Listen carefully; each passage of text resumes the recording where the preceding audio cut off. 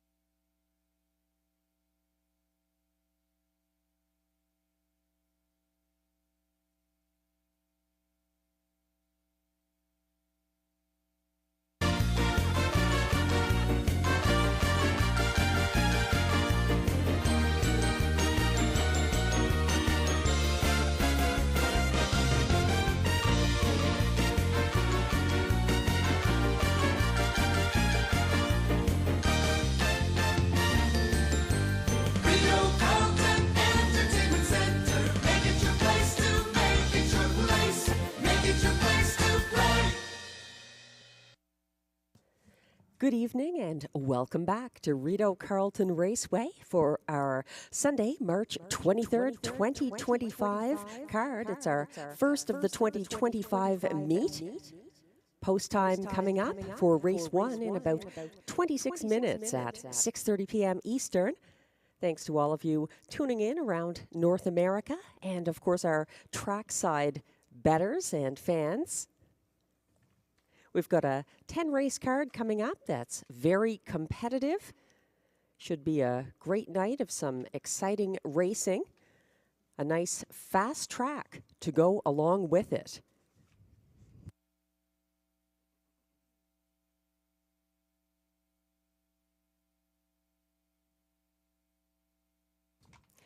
We're taking a look at the conditions right now, weather-wise and track surface-wise. We have got an officially fast track, clear skies, a temperature of -2 degrees Celsius or 28 Fahrenheit.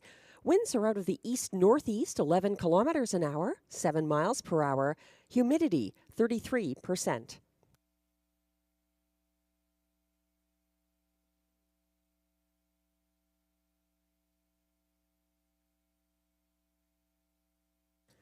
Taking a look at changes, not much to report in races 1 through 7. We have no changes. In race 8, scratch the 4, Monty's Gone Marble. He is a judge's scratch transportation.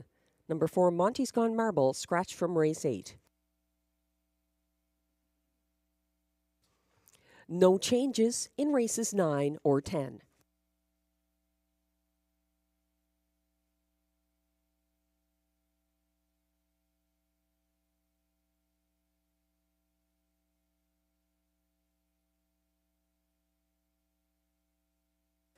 We had a great season here in 2024, courtesy of the horse people, horses, bettors, and everyone who makes racing an everyday reality here at Rideau Carleton Raceway. So we'll take a look back at our 2024 highlights.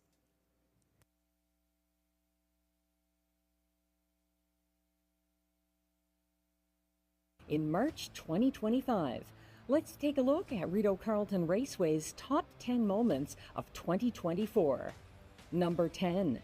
On Sunday, March 31st of 2024, Rideau Carleton bettors sent $666,360 through the windows, the second highest handle in the track's 62-year history. Thank you for the wagering support.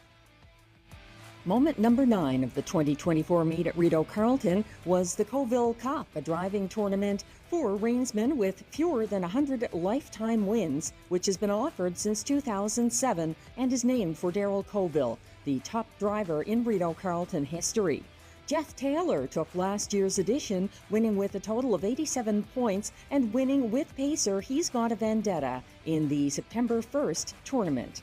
In moment number 8 of the 2024 meet, Bitcoin Hanover made industry headlines on June 9th as the first 2-year-old winner of the year in North America, impressively defeating 3-year-old pacers despite having post-8 for trainer-driver Robbie Robinson. Moment number 7 of the meet was Carson Star Choice's remarkable win streak between May 26th and his lifetime best victory, 152-1, on July 7th at Rideau Carleton. He was claimed at the Raceway at Western Fair on May 14th and subsequently became one of Guy Gagnon's top horses of the year at Rideau Carleton. Guy Gagnon coming out on top of the driver's standings once again. Moment number 6 of the 2024 meet went to remarkable pacing mare Speaker Nancy, who became Canada's fastest of her kind on a 5/8 mile track on July 4th, winning in 151-4 for driver Ryan Guy and top trainer of the 2024 meet, Mandy Archer.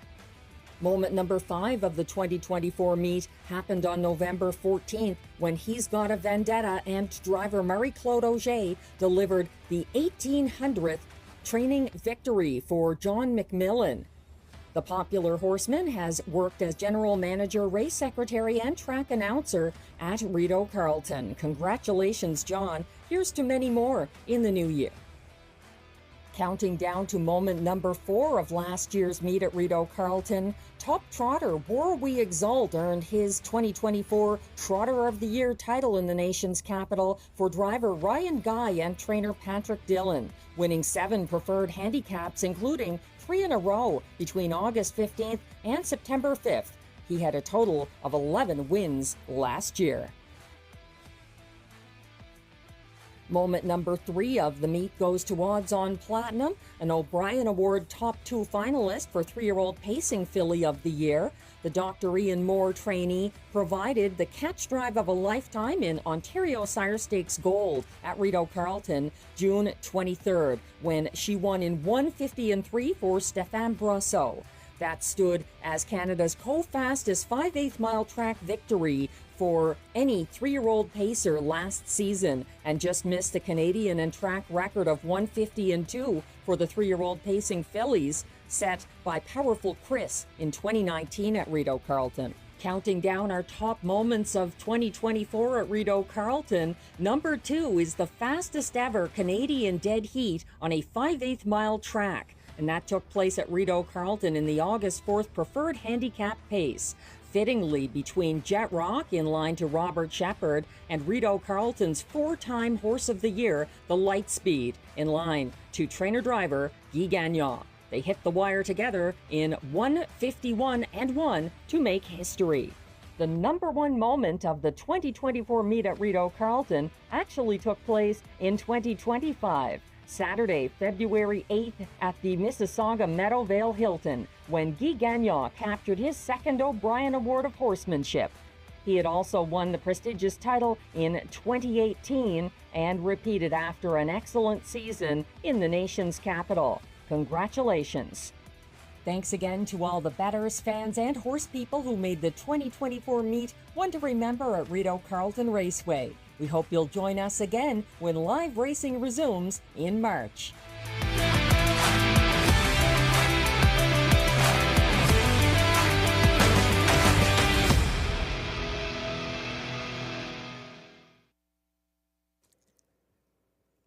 We're about 19 minutes away from post time for Race 1 on the first racing night of the 2025 meet here at Rideau Carleton.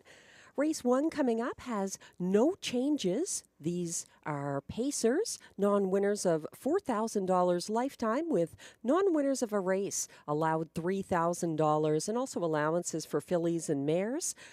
Field of 7, and a little imbalanced looking at the moment. Some long shots there, and co-favorites are the 2, It's Tricky, and the 5, 'Cause I'm Doc, both at even money right now. We've got Exactor, Triactor, Superfecta, and Daily Double wagering available on Race 1. And I should add, if you're playing online and you happen to be a Canadian with a Horse Player Interactive account, an HPI Bet account, be sure to sign up for their rewards. They have a deal tonight, an opening day rebate, 3% cash back on your Rideau Carleton wagering, over $40 on the card. So be sure to click that you accept that offer if you're an HPI player joining us for tonight's opening night card at Rideau Carleton. Taking a look at track handicapper selections, myself and Glenn Pearson both see it similarly here.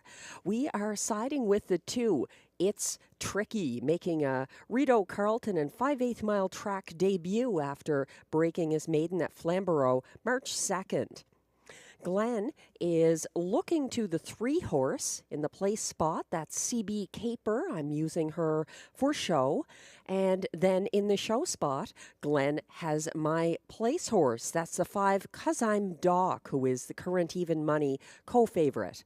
Both of us complete the superfecta with the first-time starter, the 3-year-old Bettor's Delight filly, number 6, Amicable Hanover, who qualified here March 15th, finishing 6th. However, she was in against some pretty tough mares there. It was won by Beach Journey with Anna's Wish second. So Amicable Hanover could be better than expected. She races for the 2024 Rideau Trainer of the Year, Mandy Archer, and 2024 Driver of last season, Guy Gagnon.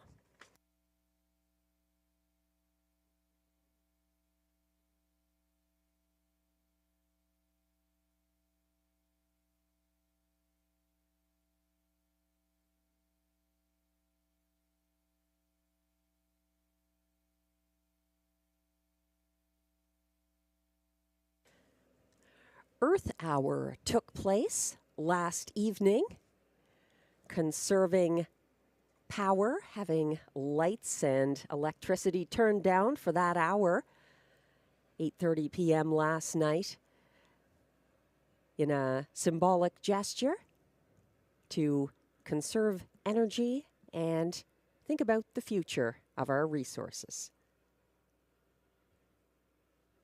Something to think about all the time.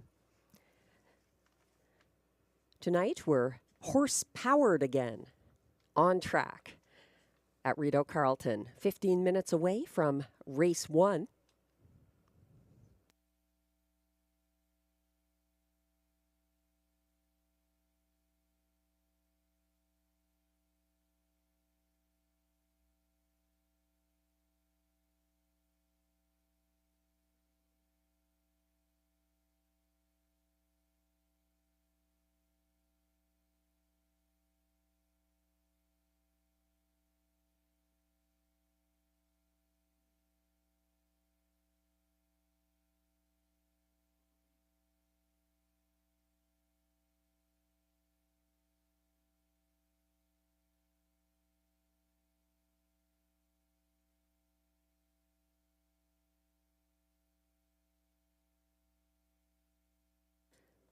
We had qualifiers at Rideau Carleton yesterday morning, 3 of them at 9:30 a.m.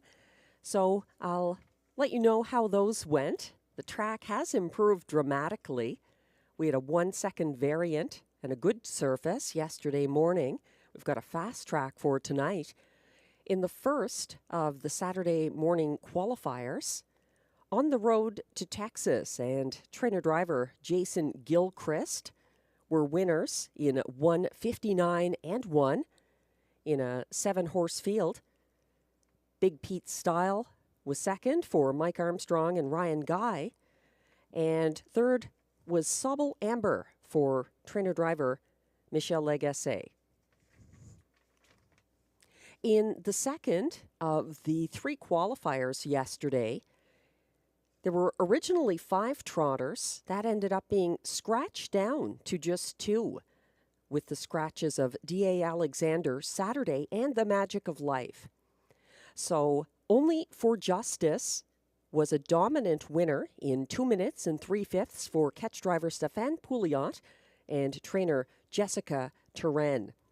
Wildfire Blue Chip finished second in that mile for trainer-driver Phil Reed.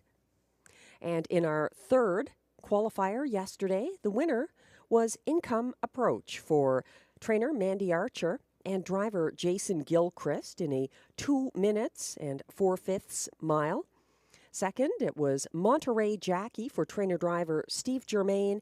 And third in that final qualifier was Tia for trainer-driver Sebastian Turenne in that field, scratched down to 6 with a scratch of Mick Wicked Time, who will be joining us later on tonight's card. He's racing.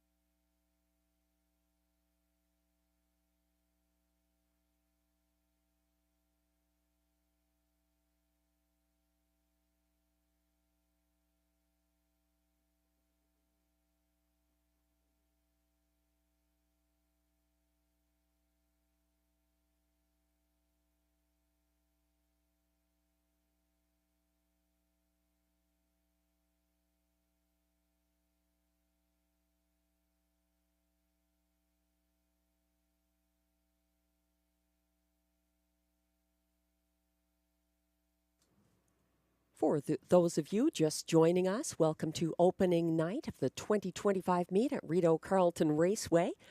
Make sure if you're a Canadian online bettor that you sign up for the 3% rebate on tonight's card available on HPI Bet, Horse Player Interactive. Taking a look at race 1. The 2, It's Tricky, is the top choice of both myself and fellow track handicapper Glenn Pearson. It's Tricky, as mentioned, making a Rideau Carleton and 5/8 mile track debut after breaking his maiden Flamborough at Flamborough March 2nd with a first over brush to the top by the opening quarter. He got parked first over. Actually, he parked out the first over favorite, Limbo Dancer, along the backstretch to the wire. Got away 5th from the rail March 18th at London, was third over at the half, and got parked.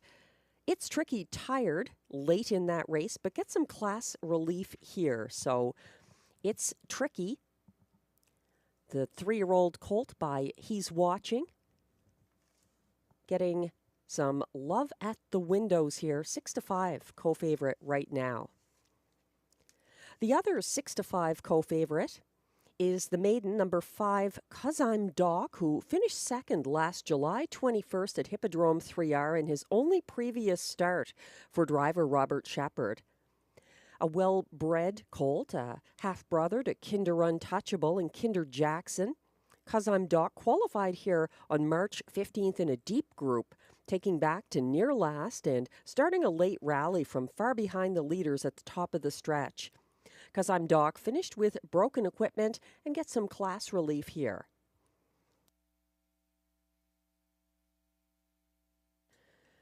Currently 11-1 on the board. The lightly raced number 3 CB Caper qualified quite well against tough Rideau Meyers. March 15th, following the pace setter Big Cheddar from single file third and making a late move up the passing lane for second, missing by a neck. She came home in the field's second fastest closing quarter of 30-4, and Ryan Guy is back in the bike. CB Caper getting some class relief here, and a nice price of 11-1.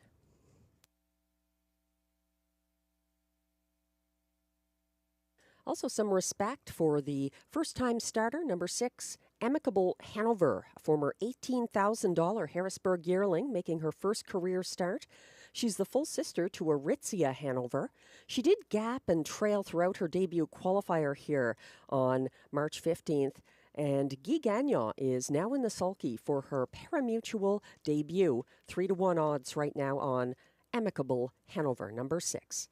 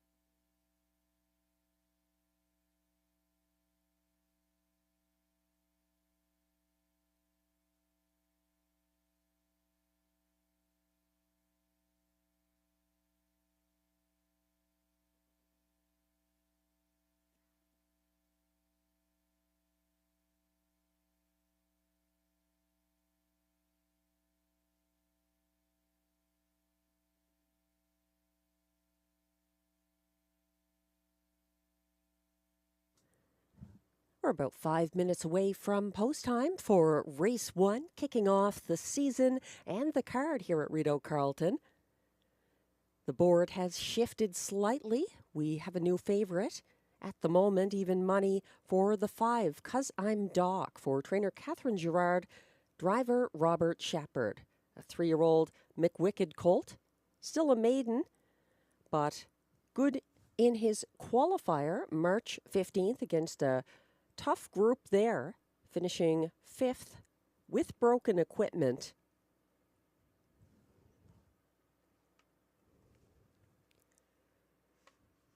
In addition to the 6 Amicable Hanover, trainer Mandy Archer also sending out another first-time starter here in race 1, currently 12-1 on the board, number 4, Strange Addiction.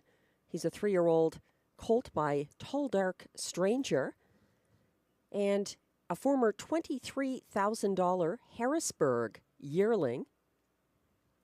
Strange Addiction going to be driven by Marie-Claude Auger, and has a sibling who's quite a high achiever. That would be the 19-time winner Around Midnight, who has made $189,000 and taken a record of 150-3. So Strange Addiction, coming from a good family, first lifetime start.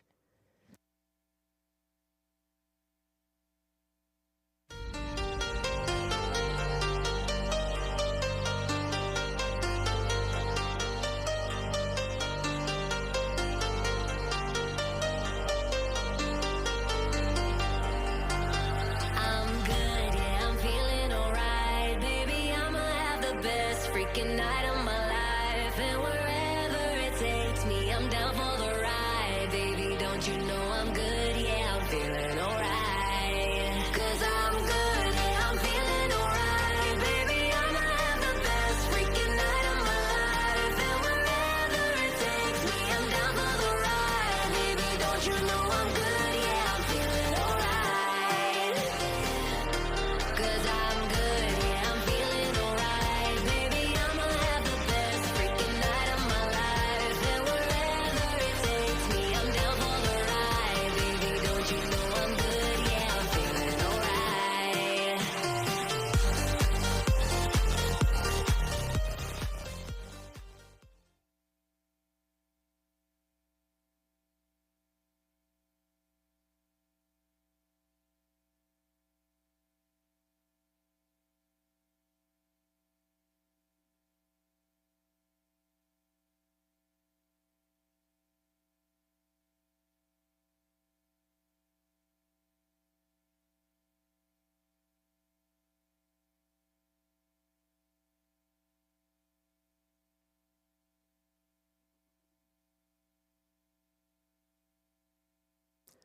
Just a couple of minutes away from post time for race 1. And the horses are approaching from the backstretch for the race 1 post parade.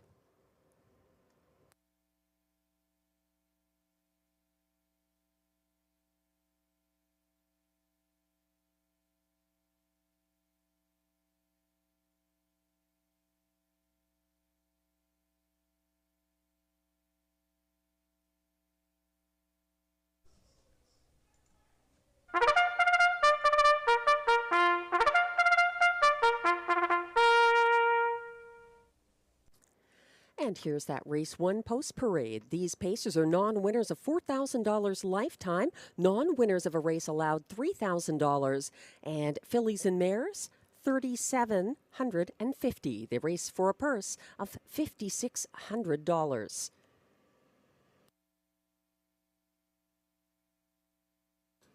No changes in race 1 or any of the first 7 races of the card.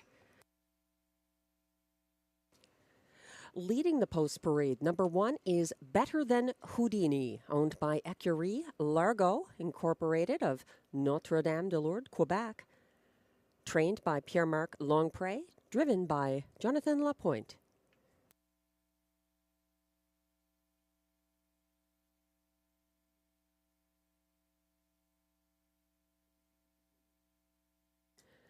2 is the current 3-2 favorite. It's Tricky, owned by William Beecham and Gavin Christie.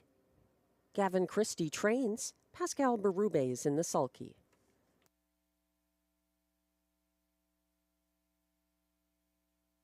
Three is CB Caper, owned by Lloyd Howley, trained by Mike Armstrong, driven by Ryan Guy.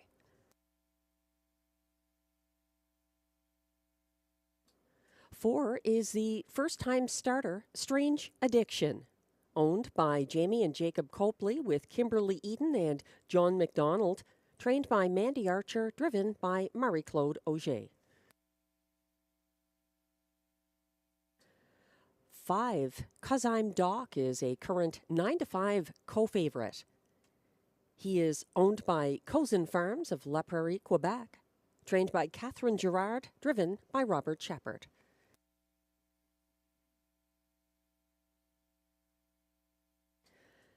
6 is the first-time starter, Amicable Hanover, owned by Jamie Copley, Kimberly Eaton, Sean McIsaac, and Joey Sanderson. Make that Jody Sanderson. Trained by Mandy Archer, driven by Guy Gagnon. And completing the field from post 7 is Better's Zone, owned by a numbered Canadian corporation with Bill Maines and Mike Horwood, as well as Limco Incorporated, trained by Vic Putty, driven by William Waugh. That's your field of 7 for race 1. Exactor, Triactor, Superfecta, and early daily double wagering. Once again, no changes. Looking very good out there right now on track and on screen is It's Tricky, the 3-year-old black colt by He's Watching, making a debut for trainer Gavin Christie, who also co-owns. Already a winner, just 3 starts back at Flamborough Downs on March 2nd. It's Tricky, has a little more experience than some and has been racing this winter. He's making lifetime start number 8. He's 2-1 right now.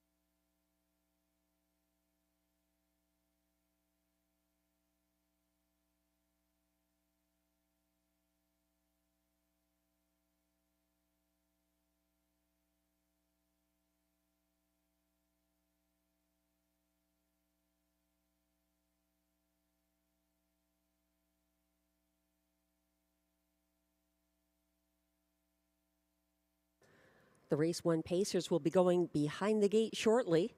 Make sure not to get shut out. It's a great night to play Rideau Carleton with that 3% wager if you meet the $40 threshold on Horseplayer Interactive HPI Bet across Canada.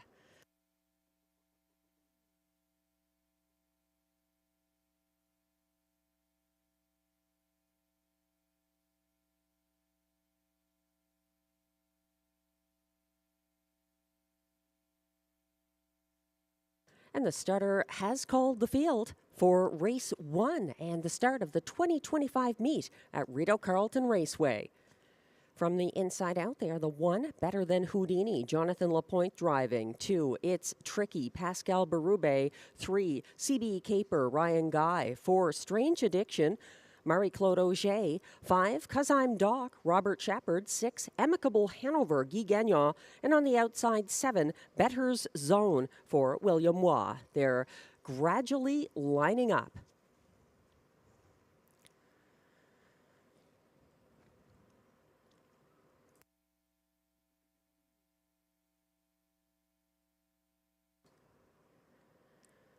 They're on the turn and headed on to the Rideau backstretch for the start.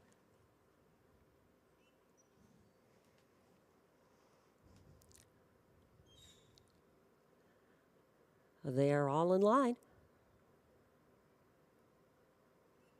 They're off and pacing. It's Tricky, and the drummer Pascal Berube surging out from post 2, chased by CB Caper up into second and caught out there first over in third at the moment. Strange Addiction, the first-time starter to that one's inside, following from fourth, Better Than Houdini. It's a gap of about 2 back to fifth, where you'll find Amicable Hanover, and caught wide at the back, Better's Zone is on the move as the field heads past the opening quarter. They are led by It's Tricky. Sitting second, that is CB Caper. That opening quarter, a brisk 27-4 for It's Tricky. Shadowing him, CB Caper second, then third, Strange Addiction. Still advancing on the outside. Now moving up in the fourth is Better's Zone. Fighting back on the inside, Better Than Houdini as the field approaches the half. No one yet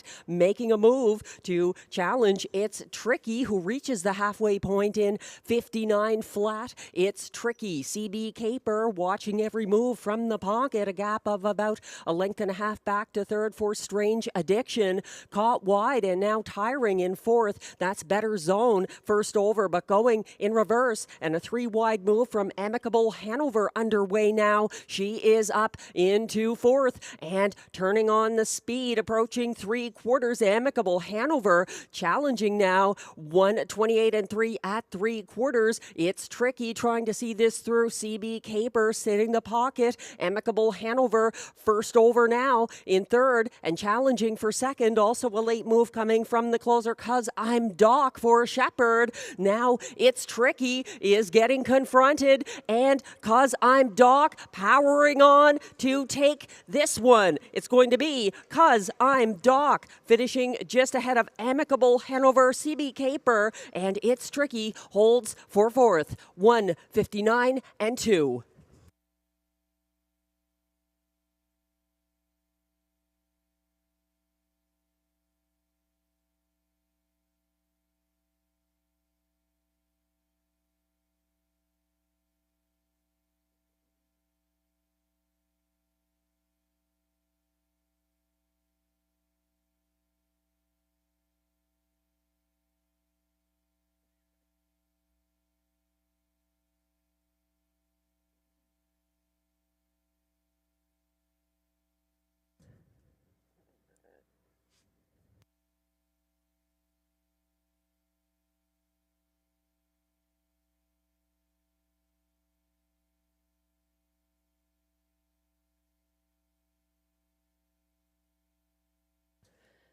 A thrilling finish in race 1. 'Cause I'm Doc coming on from the back of the field with a wide late move for the 1:59-2 victory for Robert Shepard.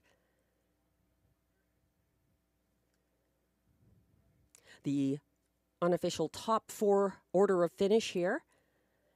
5, 'Cause I'm Doc. Over 6, Amicable Hanover second. 3, CB Caper third, and 2, It's Tricky fourth. Hold all tickets, please. Results remain unofficial.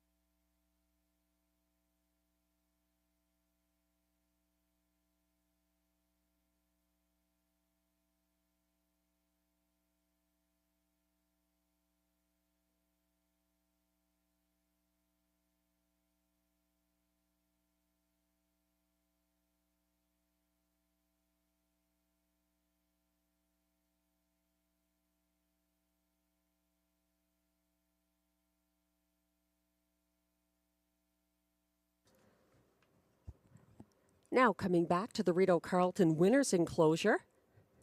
The race 1 unofficial winner, number 5, 'Cause I'm Doc. He's a 3-year-old bay colt by Mick Wicked out of Lots of Moxie. Owned by Cosin Farms of La Prairie, Quebec. Bred by Denitsa Petrova of Melbourne, Quebec. Trained by Catherine Girard, driven to victory by Robert Shepard. That's a maiden win and lifetime best, of course, 1:59.2. 'Cause I'm Doc. Congratulations on the maiden victory.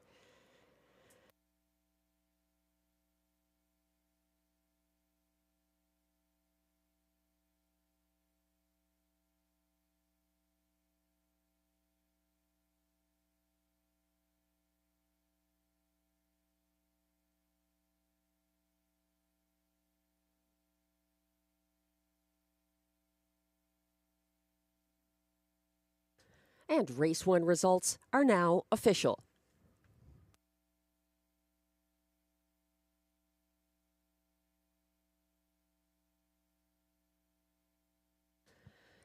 Prices are up for race 1. 5, 'Cause I'm Doc is a $4.60 maiden winner. The $2 exactor 5-6 combination pays $27.40. The $1 try 563 pays $44.40, and it's $95.45 for the $1 superfecta 5-6-3-2 combination.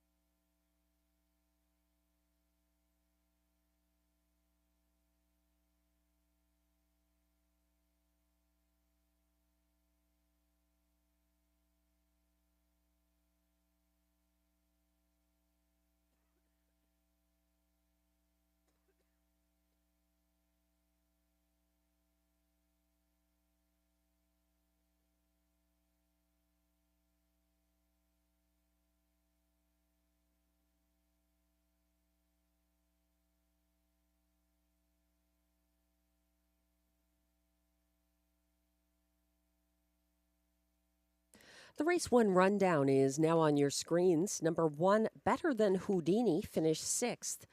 2, It's Tricky, was 4th as beaten even money favorite. 3, CB Caper, finished 3rd. 4, Strange Addiction, was 5th.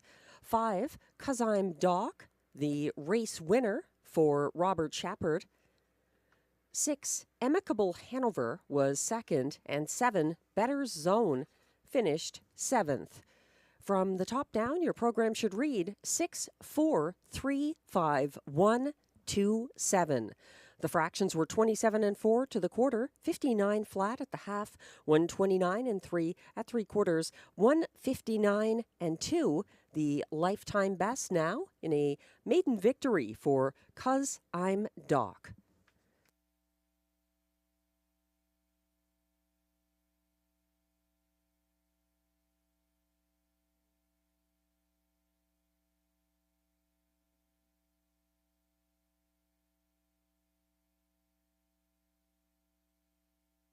Race 2 is coming up next. On the pace, non-winners of $15,000 lifetime. Also eligible non-winners of $30,000 lifetime for horses that raced in a claimer in one of their last 5 starts. It's a field of 9 pacers. No changes here. And to no one's surprise, the pari-mutually undefeated 3-year-old colt is the current favorite at odds of 4-5. He's my top choice here as well. Number 6, Scandia Hannibal for Mandy Archer and Guy Gagnon. 3 for 3 last season at Rideau Carleton.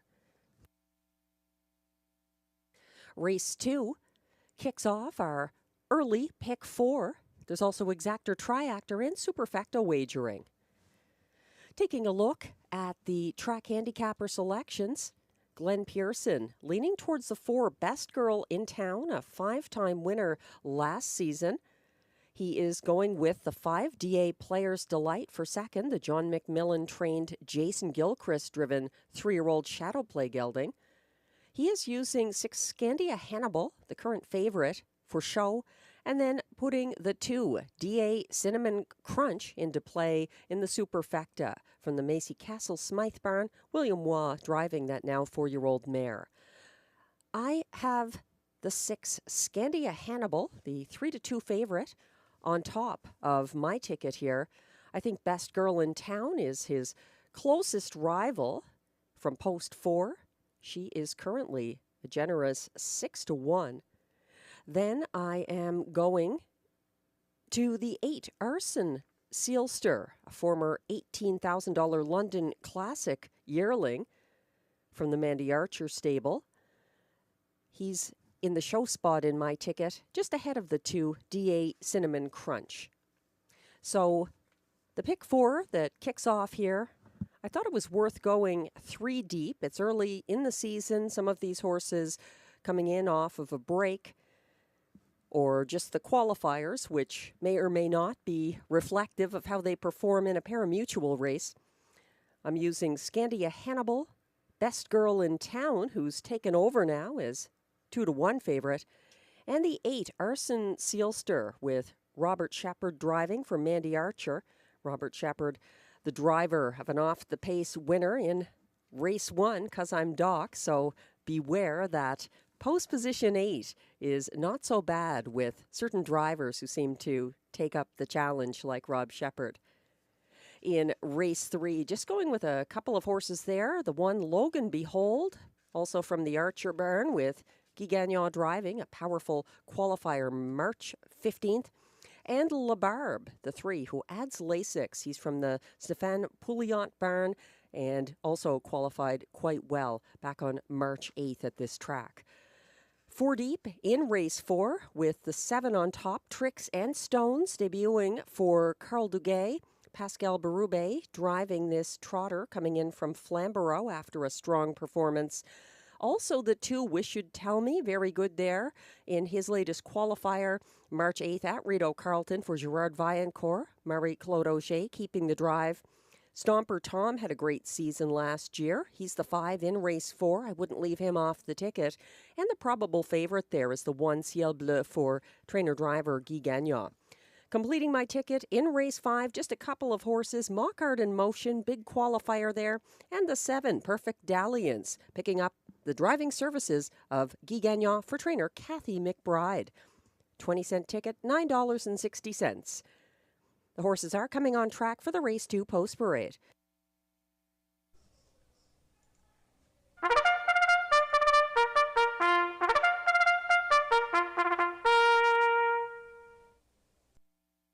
Here comes that post parade for race 2. These pacers, non-winners of $15,000 lifetime, also eligible non-winners of $30,000 lifetime for horses that raced in a claimer in one of their last 5 starts. They compete for a purse of $6,200 to kick off the early pick 4.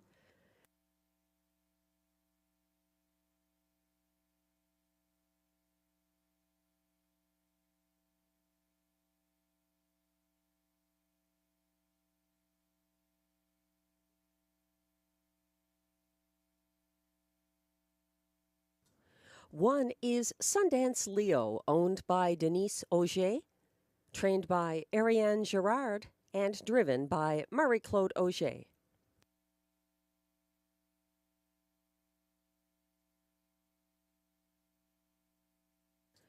Two is DA Cinnamon Crunch, owned by Keith Castle, trained by Macy Castle Smythe, driven by William Waugh.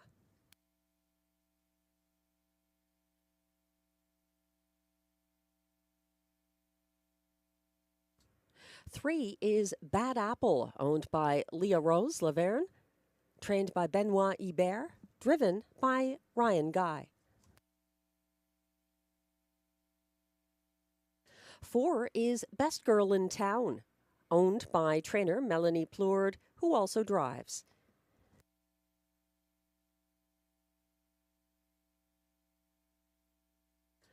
Five is DA Players Delight, owned and trained by John McMillan. Jason Gilchrist is in the sulky.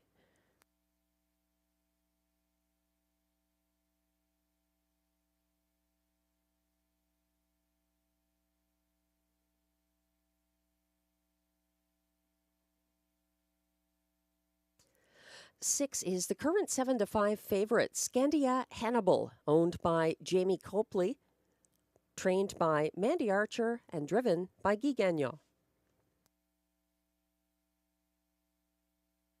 7 is Woodmere Armour, owned by Michel Grenier, trained by Alain Martin, driven by Stéphane Pouliot.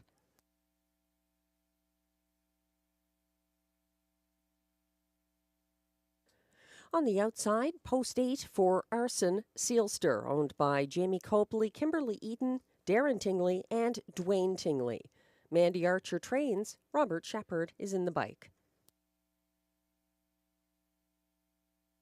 And from trailing post 9, Hands Off, Nose In, owned by trainer Marc-André Simoneau with Marc Bélanger and Jean-Louis Chartier, Pascal Berube drives.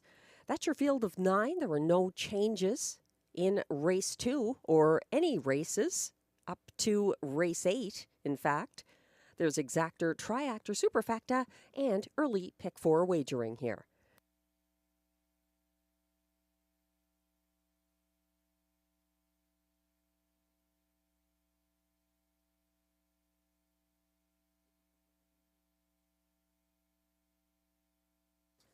We're getting a closer look at the current even money favorite, number 6, Scandia Hannibal. He pocketed up behind the gate-to-wire winner, RJ's Super Freak, in a March 15th Rideau Qualifier. He was 2 lengths behind him at the finish after a conservative trip. This is Scandia Hannibal's first 2025 start, and Guy Gagnon keeping the drive on this class-climbing colt who went undefeated last year, 3 for 3 at Rideau Carleton. We haven't even seen what he's capable of. Just 3 races so far, and that was quite a deep qualifier. He actually raced in 3 consecutive qualifiers here to get ready for the season against some tough competition like RJ's Super Freak, who was in tonight's preferred handicap pace, race 10. Scandia Hannibal, now 3-5.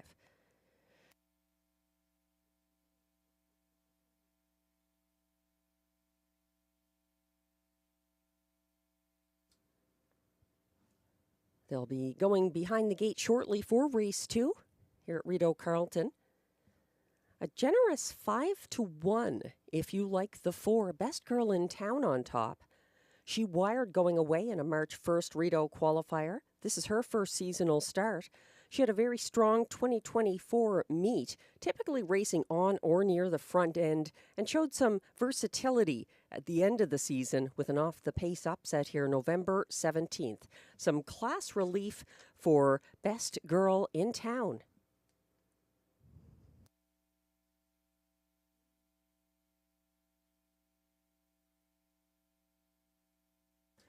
Odds of 7-1 right now on the Mandy Archer stablemate of Scandia Hannibal from Post 8 Arson Sealster.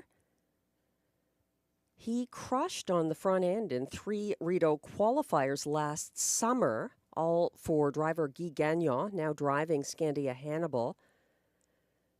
Arsen Seelster was first off the gate from an inside post here March 15th to qualify. He got shuffled back in an early battle and advanced uncovered from fourth on the second turn, making his way back to the pylons. Multiple moves. Arsen Seelster.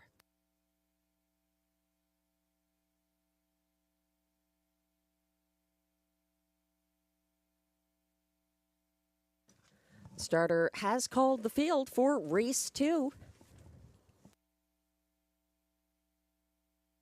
Last chance to get involved in the early pick 4 that begins here. 1 is Sundance Leo for Marie-Claude Auger. 2, DA Cinnamon Crunch, William Waugh. 3, Bad Apple, Ryan Guy. 4, Best Girl in Town, Melanie Plourde. 5, DA Players Delight, Jason Gilchrist. 6, Scandia Hannibal, Guy Gagnon. 7, Woodmere Armour, Stéphane Pouliot. On the outside, 8, Arsen Seelster, Robert Shepard. And the trailer is the 9, Hands Off, Nose In, Pascal Berube.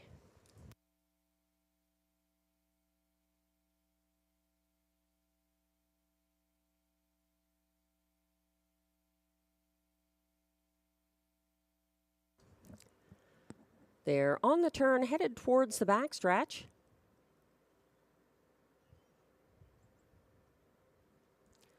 A little uneven at the moment. A couple there on the outside, hanging back.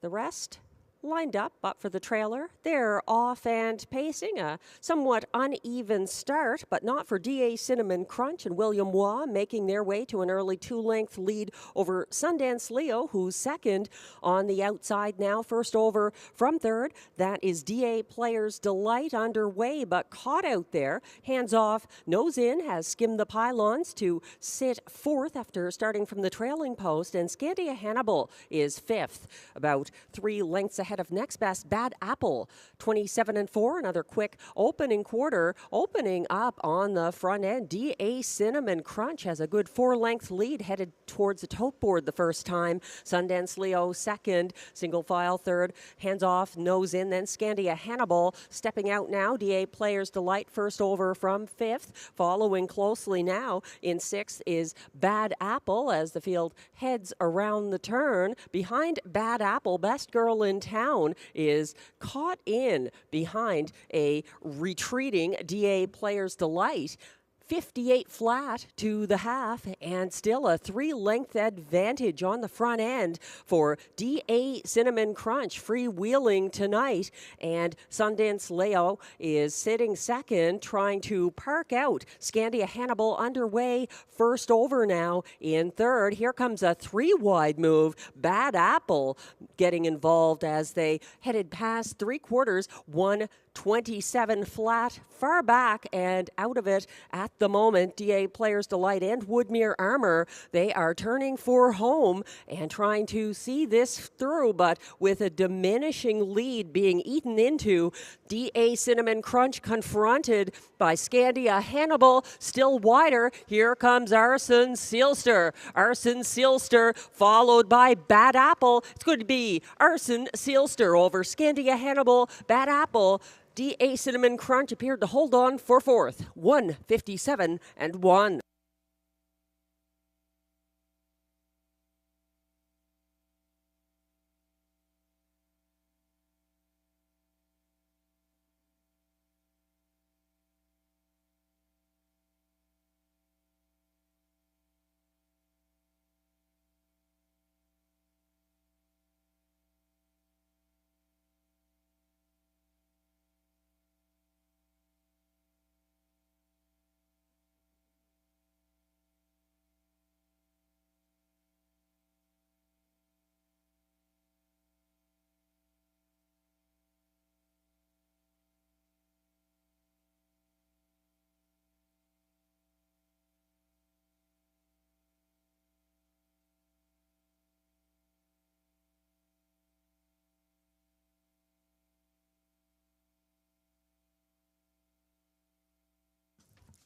Quite a finish in race 2. Another off-the-pace winner for Robert Shepard, an all-Shepard early double. Arsen Seelster overcoming the toughest statistical post at Rideau Carleton, post 8, in our second race of the 2025 meet.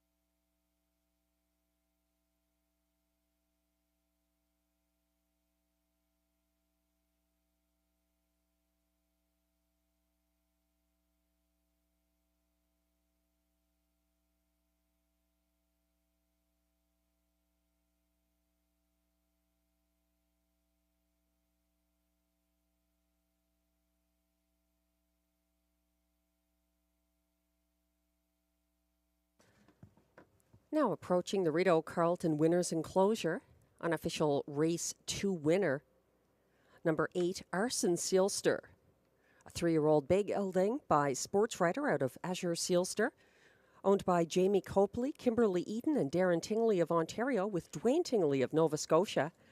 Bred by Sealster Farms Incorporated, Ontario. Trained by Mandy Archer. Driven to victory by Robert Shepard. That's the second career victory for Arson Sealster and a new lifetime mark, 157 and 1. Arson Sealster, congratulations. The unofficial top 4 are posted. 8, Arson Sealster, a 9-2 winner over 6, Scandia Hannibal, second as beaten 4-5 favorite. Third was a 3, Bad Apple.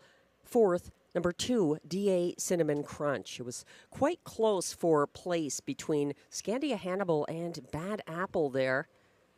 No doubt about the winner, Arson Sealster.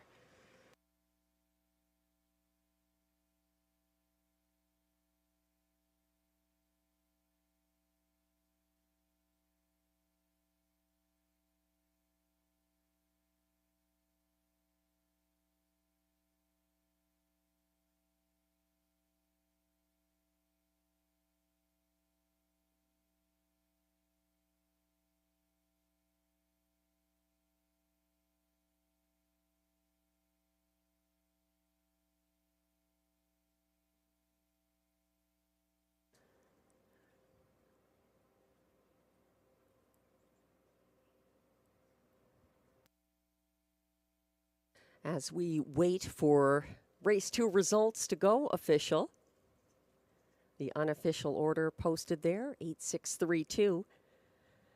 Just a note for those playing the card tonight that the front end has not held up in the first couple of races. Closers coming from the back of the field. Non-favorites at that, both for Robert Shepard, have been our first 2 winners of the card and the meet.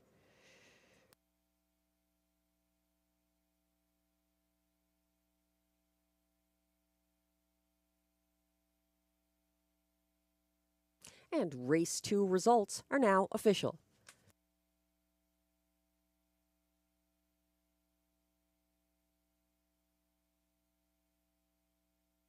Prices are posted for race 2. Number 8, Arson Sealster returns $11.10 to win. The $2 exactor 8-6 combination pays $30.30. The $2 early double 5-8 pays $27.10.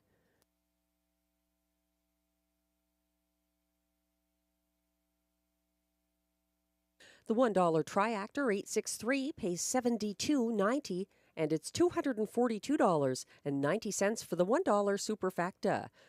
8632.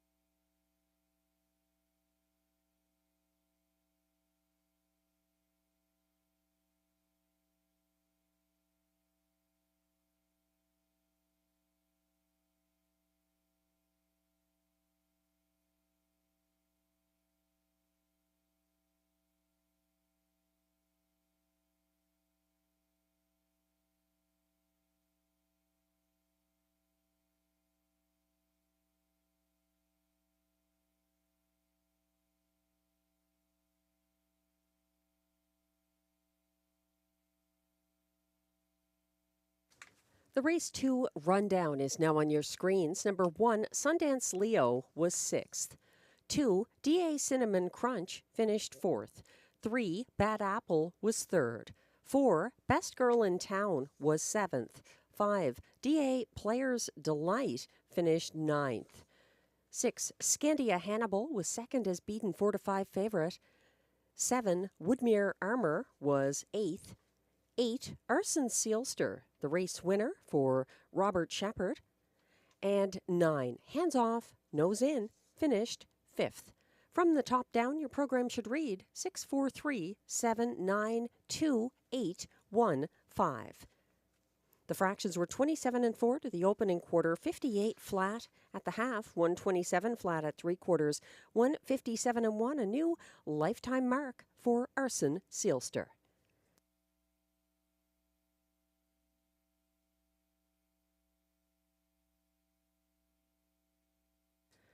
It's a nice but chilly night for live racing here in the nation's capital.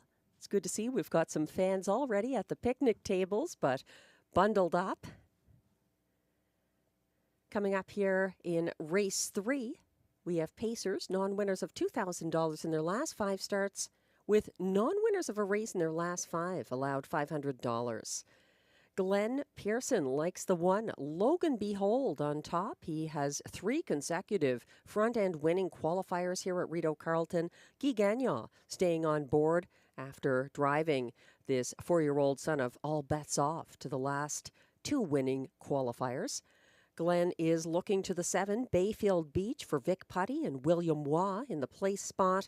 Then he's got La Barbe, the 3 for Stéphane Pouliot for show, just ahead of 4, I'm a Dude for trainer Stéphane Pouliot and driver Melanie Plourde. I'm going with La Barbe on top, first time Lasix for the 5-year-old son of Sunshine Beach. A good place finish to Logan Behold in their March 8th qualifier here. Using Logan Behold second in my ticket, I'd box them in the exactor if the price warranted it. Then the 7, Bayfield Beach, coming in from Woodbine Mohawk Park after a 7th place finish there March 17th. He's my show horse. And the 2, Get Your License Liam for Vic Putty and Pascal Berube. I'm using in the Superfecta.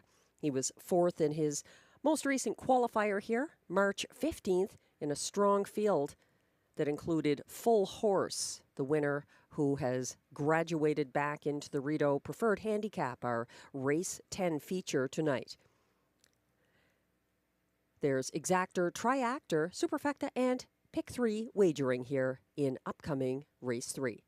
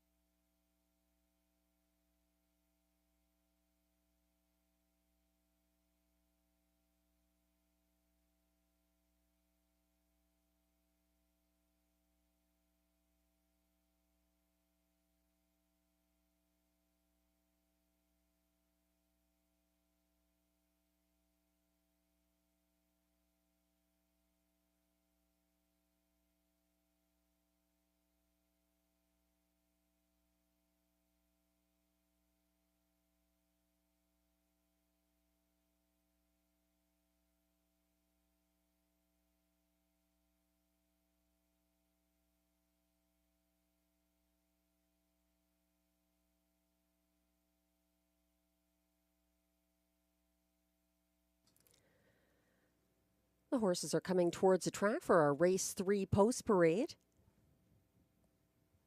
Strong favoritism for Logan Behold right now, 1-5 from the rail.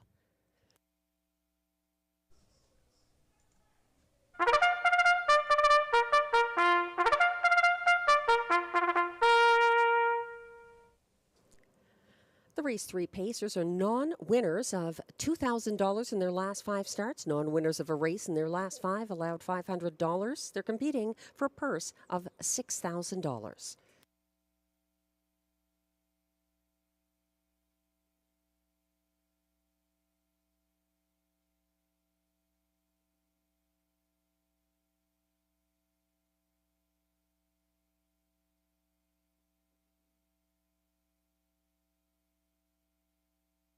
The one is Logan Behold, owned by Kimberly Eden with Jamie Copley, trained by Mandy Archer, driven by Guy Gagnon. 2 is Get Your License Liam, owned by Limco Incorporated, trained by Vic Putty, driven by Pascal Berube.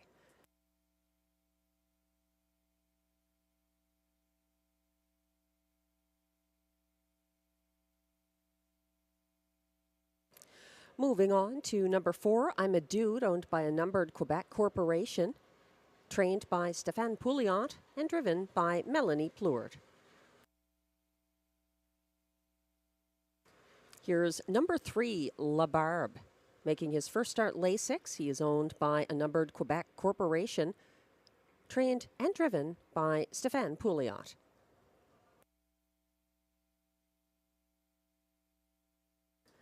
5 is 88 Fingers Louie, owned by trainer-driver Ryan Guy along with Sharon Christie.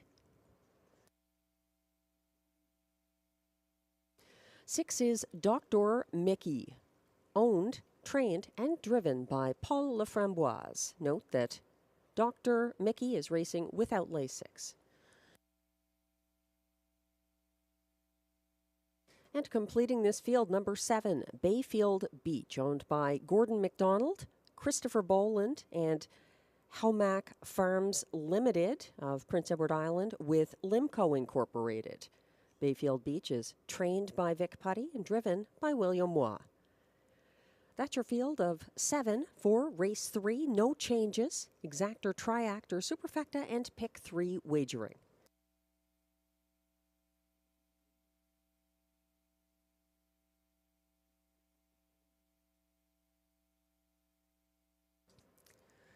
We're zooming in on the 1, Logan Behold, a 1-2 favorite right now.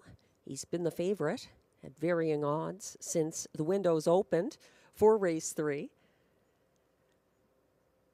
He impressed in his 3 consecutive Rideau qualifiers, March 1st, 8th, and 15th, those Saturday mornings.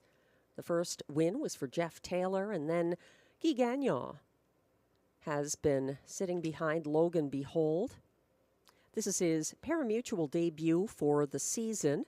His last start was back on September 28th at Woodbine Mohawk Park when he was actually scratch sick. So prior to that, it was September 16th at Mohawk in Ontario Sire Stakes Grassroots. Logan Behold looking sharp on those qualifiers and getting some class relief here.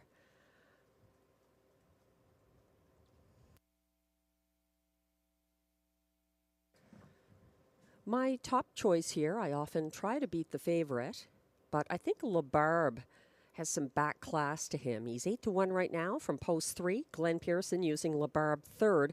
I'm putting him on top. He is making his first ever start with Lasix. He's winless since wiring in a May 12th Rideau qualifier for his previous connections.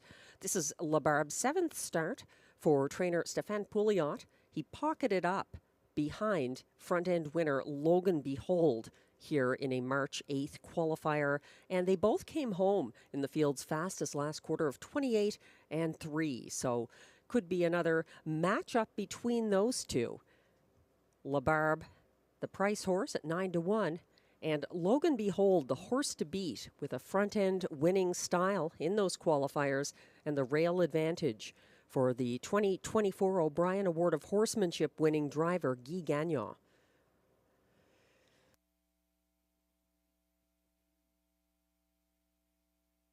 $3-1 right now on the class dropping number 7 Bayfield Beach, who has one past Rideau Carleton victory back on June 18th, 2023, when he fought off Dillon's Bank to take the early lead and win going away on the front end.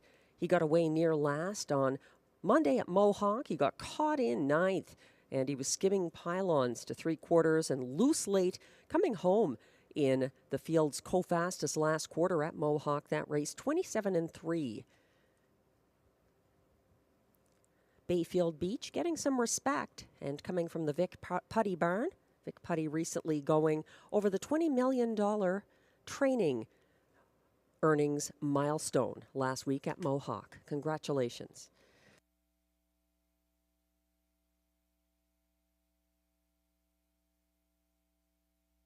The starter has called the Pacers for race 3. Last chance to get involved in the pick 3 that begins here.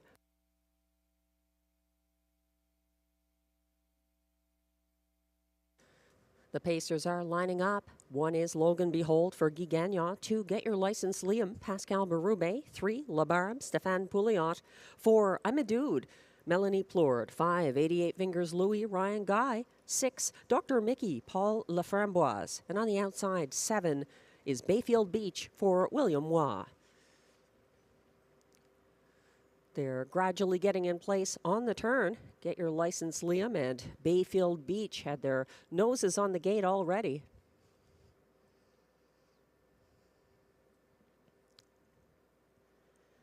They're all lined up with Dr. Mickey about a length behind the rest as the starting gate is now on the backstretch.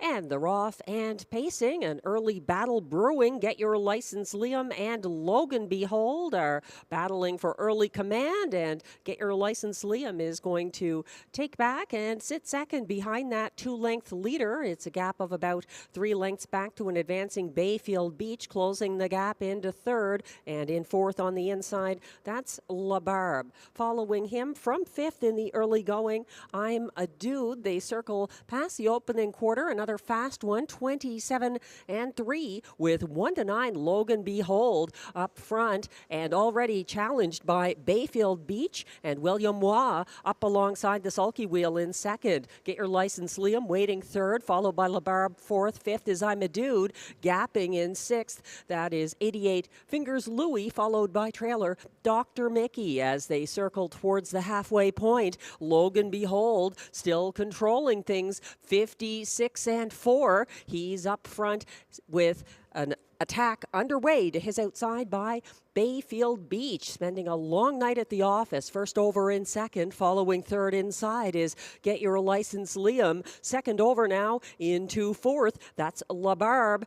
Underway, following fifth, caught in I'm a Dude as they approach 3/4 at the back of the pack. That's 88 Fingers Louis and Dr. Mickey still trails 126-1 at 3/4. Logan Behold under steady pressure from Bayfield Beach, not going away out there. First over in second, Get Your License Liam poised for the upset if he gets the chance here in the stretch. Logan Behold, though, shrugging off challengers and opening up by 3. Bayfield Beach fights on gamely for second. No one is catching Logan Behold. A 2-length winner over Bayfield Beach. Tight for show between I'm a Dude and Get Your License Liam. 155-4.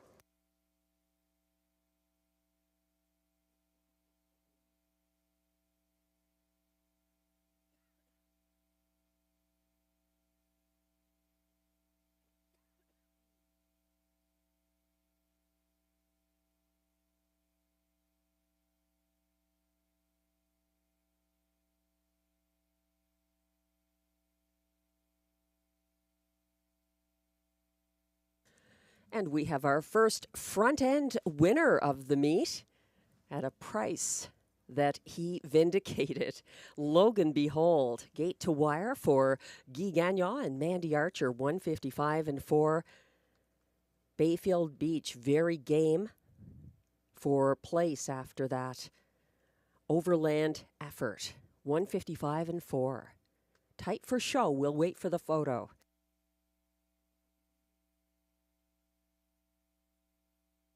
Race 3 unofficial results are now posted.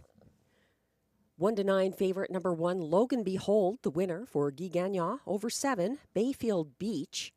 Second, 2, Get Your License Liam was third ahead of 4, I'm a Dude, finishing fourth. 1-7-2-4, the unofficial top 4 for race 3. Hold all tickets.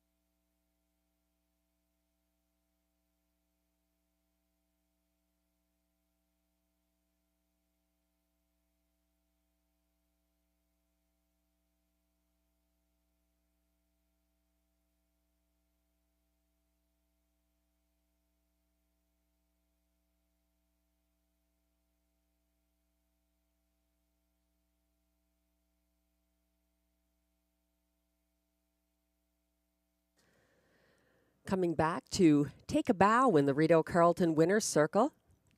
Our unofficial race 3 winner, number 1, Logan Behold.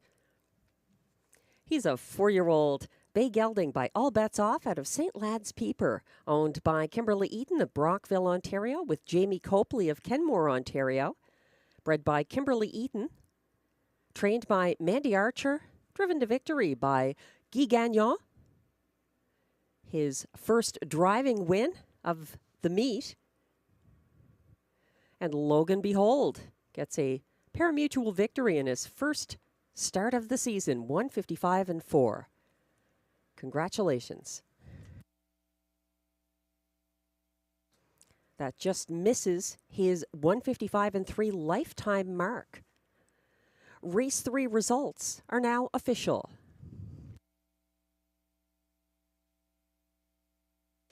Prices are posted for race 3. Number 1, Logan Behold, returns $2.10 to win. The $2 exactor 1-7 pays $4.90. It's $7.45 for the $1 try 172, and the 1-7-2-4 $1 superfecta pays $26.75.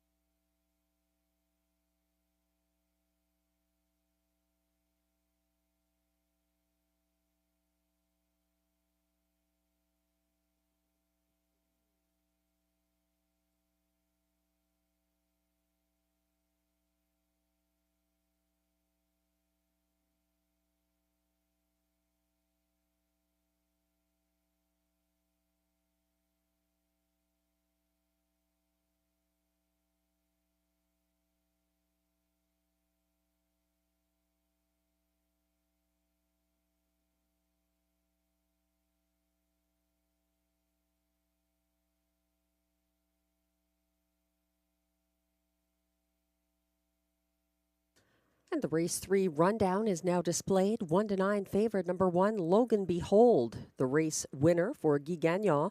2, Get Your License Liam, was third. 3, La Barbe finished 6th. 4, I'm a Dude was 4th. 5, 88 Fingers Louie, closed for 5th. 6, Dr. Mickey was 7th. And 7, Bayfield Beach was 2nd. From the top down, your program should read 136,457.2. The fractions were 27 and 3 to the opening quarter, 56 and 4 at the half, 126 and 1 at 3/4, 155 and 4 the winning mile for Logan Behold.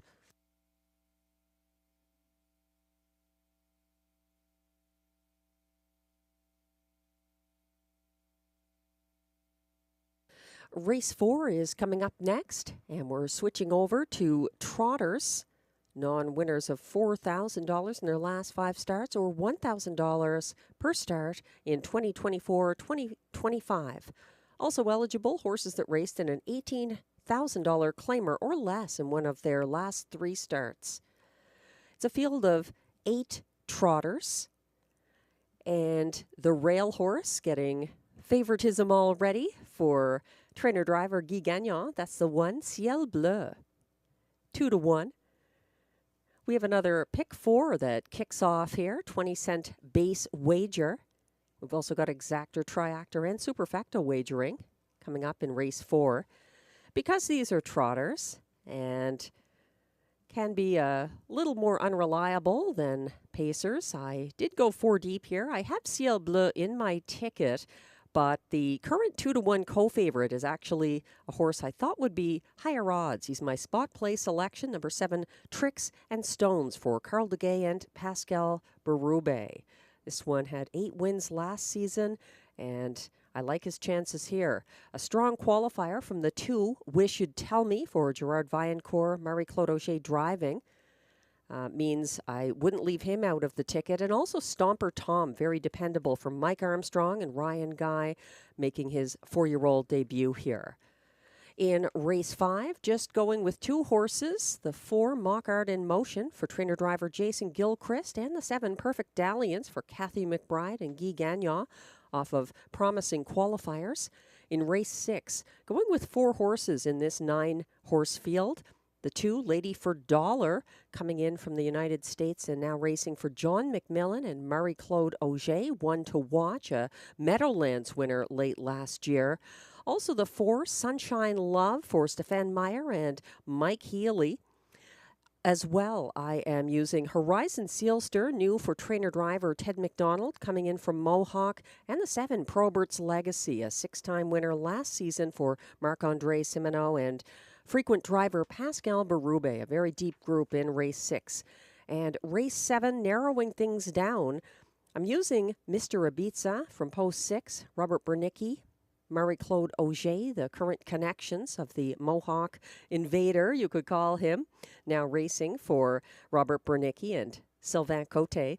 But I really like the 1, Tignanello for Michel Legacy and Pascal Berube, dominant qualifier, March 15th. That's my ticket, $12.80 for 20 cents. Pick 4 starts here, our middle pick 4 of our opening night card. Make sure to sign up for that Horse Player Interactive HPI bet rebate, 3% for players exceeding $40 on tonight's card here at Rideau Carleton. Here come the trotters for the post parade for race 4.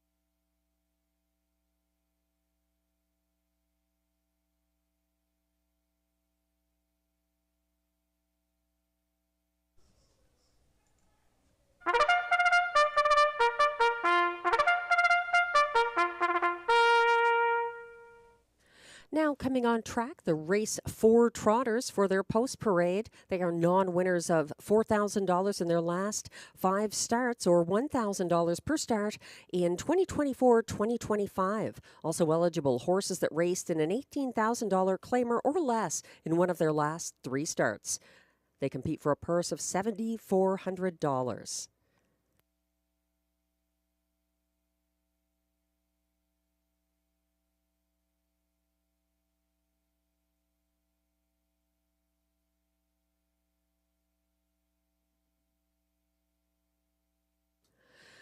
Looking to go back-to-back with horses starting from the rail.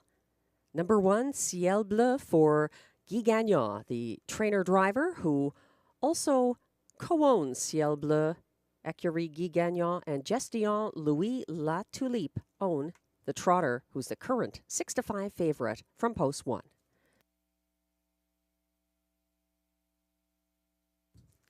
2 is We Should Tell Me, owned by trainer Gerard Vaillancourt, driven by Marie-Claude Auger.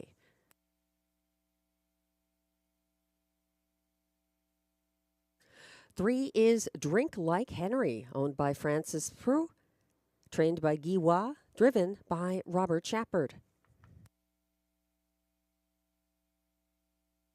4 is Sammy Justice, owned by Danielle Martin, Dominique Michel, and Jean Berthiaume, trained by Danielle Martin, driven by Stéphane Pouliot. 5 is Stomper Tom, owned by Wade and Philippe Toussignan, trained by Mike Armstrong, driven by Ryan Guy.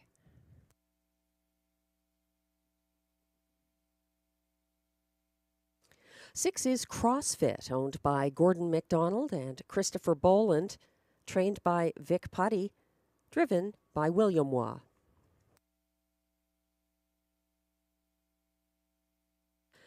7 is Tricks and Stones, owned by trainer Carl Duguay, driven by Pascal Berube.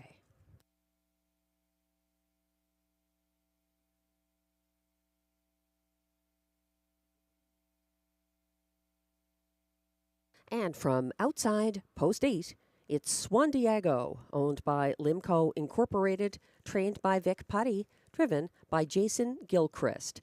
That's your field of 8 for Race 4, which has exactor, triactor, superfecta, and middle pick 4 wagering.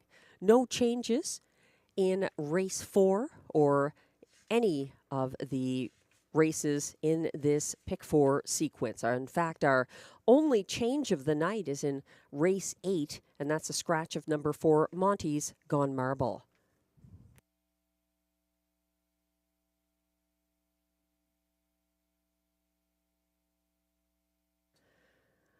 We're looking at Ciel Bleu getting some class relief here. He is 0 for 7 this season thus far, finishing 5th, February 17th and 24th from the Mohawk Rail for Guy Gagnon.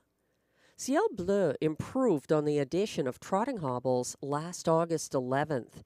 He had a win streak here November 14th through 28th.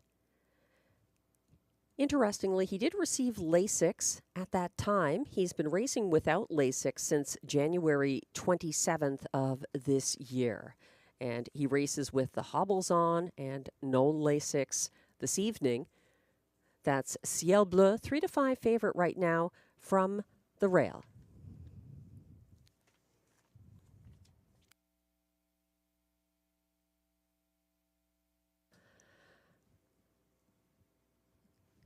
Glenn Pearson is using Ciel Bleu on top of his ticket. He likes my spot play selection in the place spot, though. That's a 7, Tricks and Stones, debuting for Carl Duguay and Pascal Berube, who was claimed March 8th at Flamborough. Tricks and Stones was first over into second en route to the opening quarter, chasing the leader like chaos. He settled in the pocket on the second turn, got covered up, and then trotted home on the final turn, just missing that race, coming home in the field's fastest last quarter of 29 flat. Some class relief for Tricks and Stones, 5-2 from Post 7 right now. Glenn is using the 2 to show. I'm putting that one second in my ticket. We Should Tell Me. impressing from the outside post in his March 8th Rideau Qualifier. He wired for the returning Marie-Claude Auger. In their one previous start together, it was a 7th place finish from post 8 back on September 13th, and Wish You'd Tell Me was a front-end winner here last April 14th. He is slightly up in class. The other to watch here is the 5, Stomper Tom. 9 wins last season, all but one of them at Rideau Carleton. A front-end loving trotter making his 4-year-old debut. Stomper Tom, currently 4-1.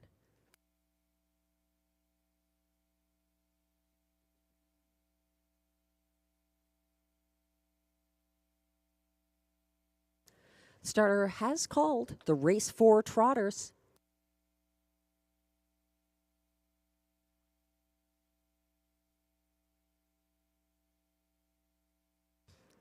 Last chance to play our middle pick 4 sequence that kicks off here in our first trotting race of the 2025 meet at Rideau Carleton.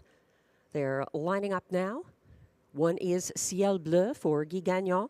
2, Wish You'd Tell Me, Marie-Claude Auger. 3, Drink Like Henry, Robert Shepard. 4, Semi Justice, Stéphane Pouliot. 5, Stomper Tom, Ryan Guy. 6, CrossFit, William Waugh. 7, Tricks and Stones, Pascal Berube driving. And on the outside, 8, Swan Diego for Jason Gilchrist. They're headed into the turn. Not joining the others quite yet is Swan Diego. He's about 5 lengths behind as the rest of the trotters are on gate and headed onto the backstretch.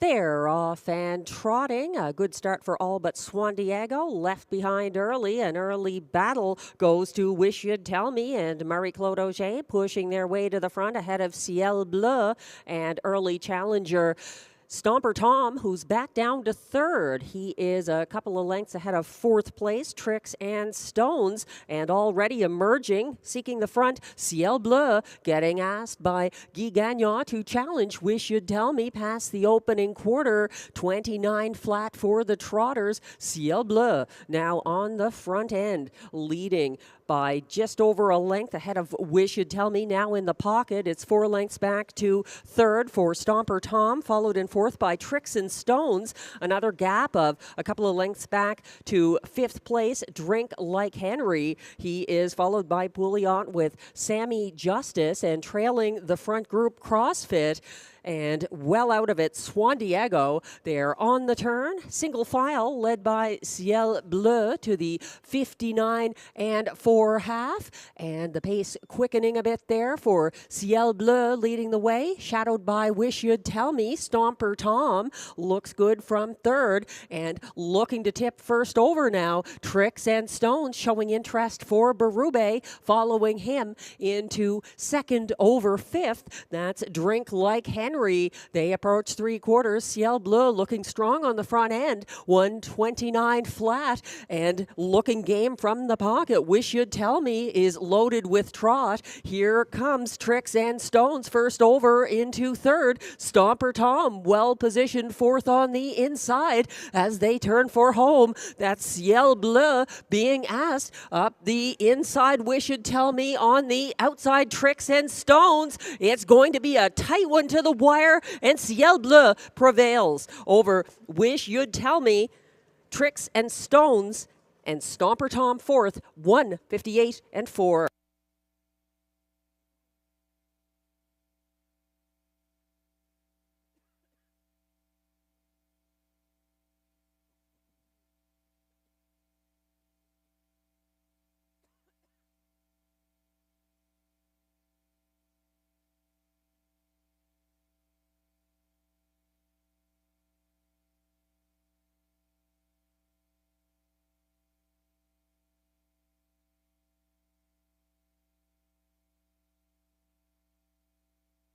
What a finish. Ciel Bleu digs deep and fights off Wish You'd Tell Me. coming up the inside path, and Tricks and Stones challenging on the outside. Ciel Bleu, a front-end winning trip after reclaiming the lead, 1:58.4.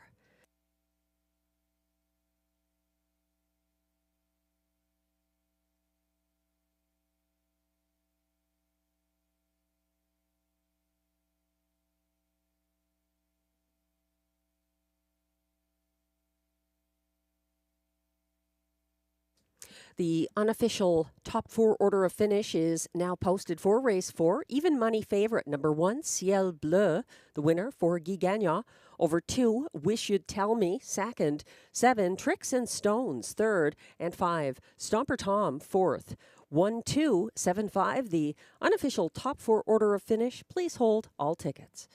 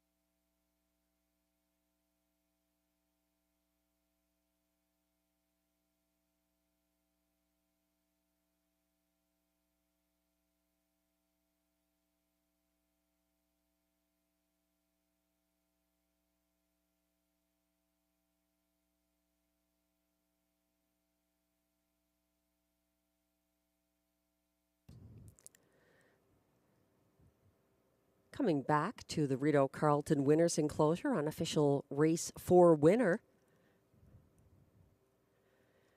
Number 1, Ciel Bleu.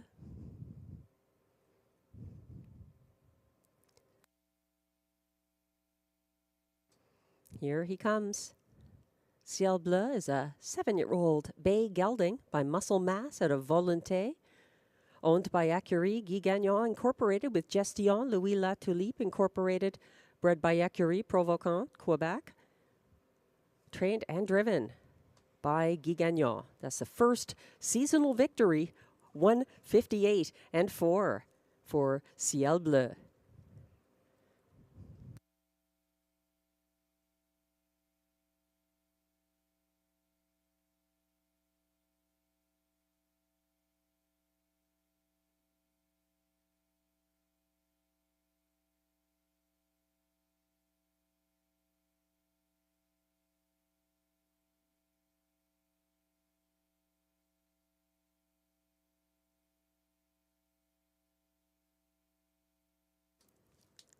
The AGCO judges have reviewed the start by number 8, Swan Diego, in race 4, and they have determined that Swan Diego was inside the fair start pole and did receive a fair start in race 4. So no changes regarding the 8, Swan Diego, who did finish far back in last in race 4 after missing the gate.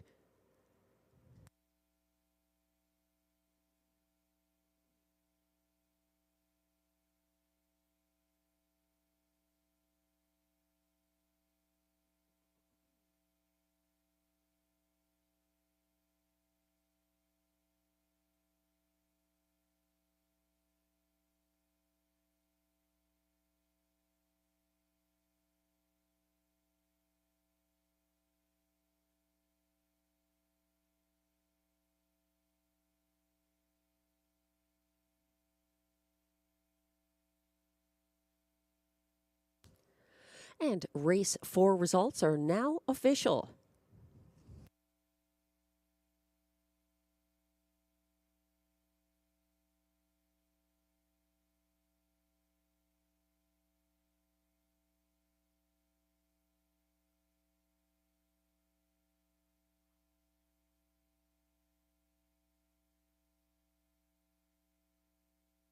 Prices are posted for race 4. Number 1, Ciel Bleu, returns $4.10 to win. The $2 exactor, 1-2, pays $20.70. It's $33.65 for the $1 try. 1-2-7 combination, and $83.30 for the $1 superfecta, 1-2-7-5.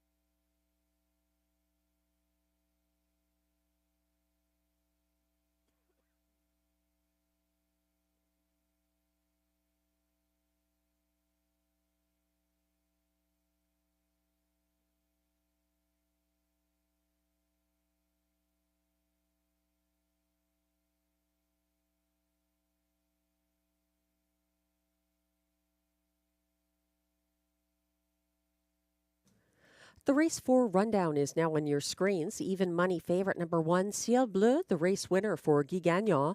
2, Wish You'd Tell Me, was second. 3, Drink Like Henry, finished fifth.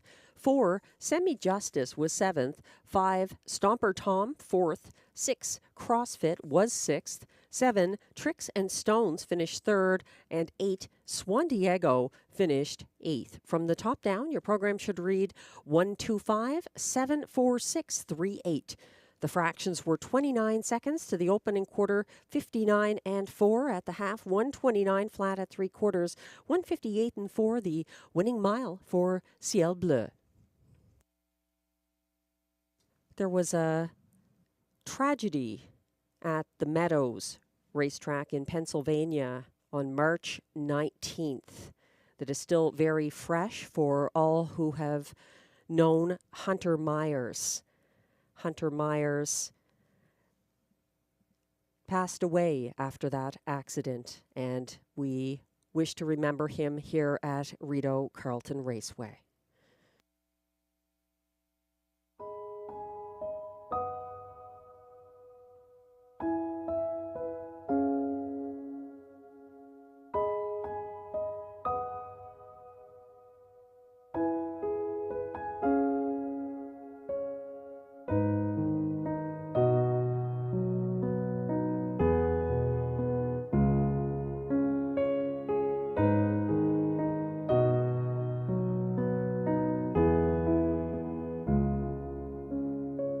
Top of the stretch, see if Rose runs Zeke right at the ship here. He's still there by 2. T.H. Tyson all out. Meyers still getting more out of Rose run Zeke. T.H. Tyson within 2. That's as close as he'll get. Rose run Zeke still unbeaten after 5 career starts, wins by a length and 3/4.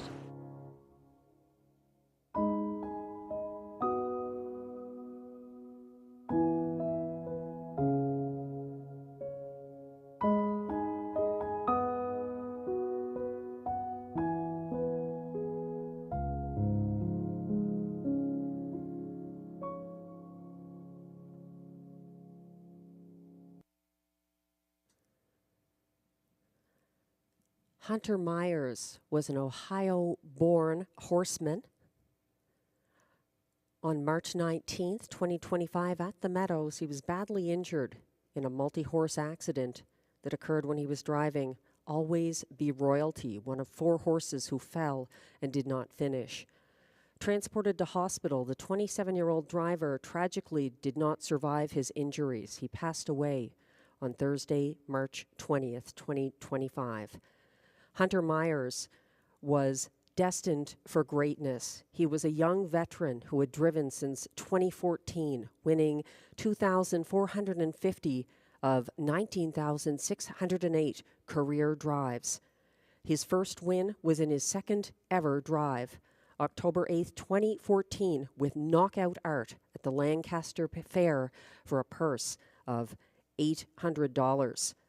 2024 was his best ever season, with 455 wins and earnings in excess of $6.2 million in purses.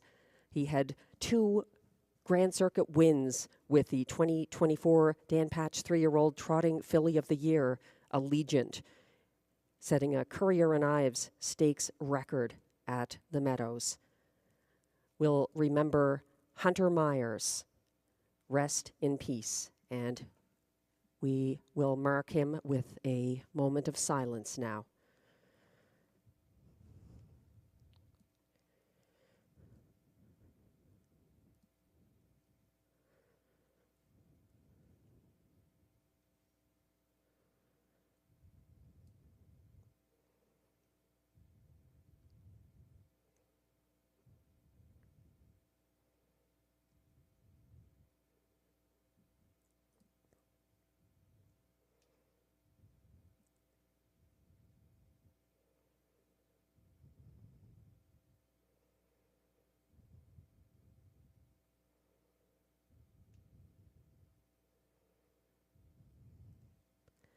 Thank you.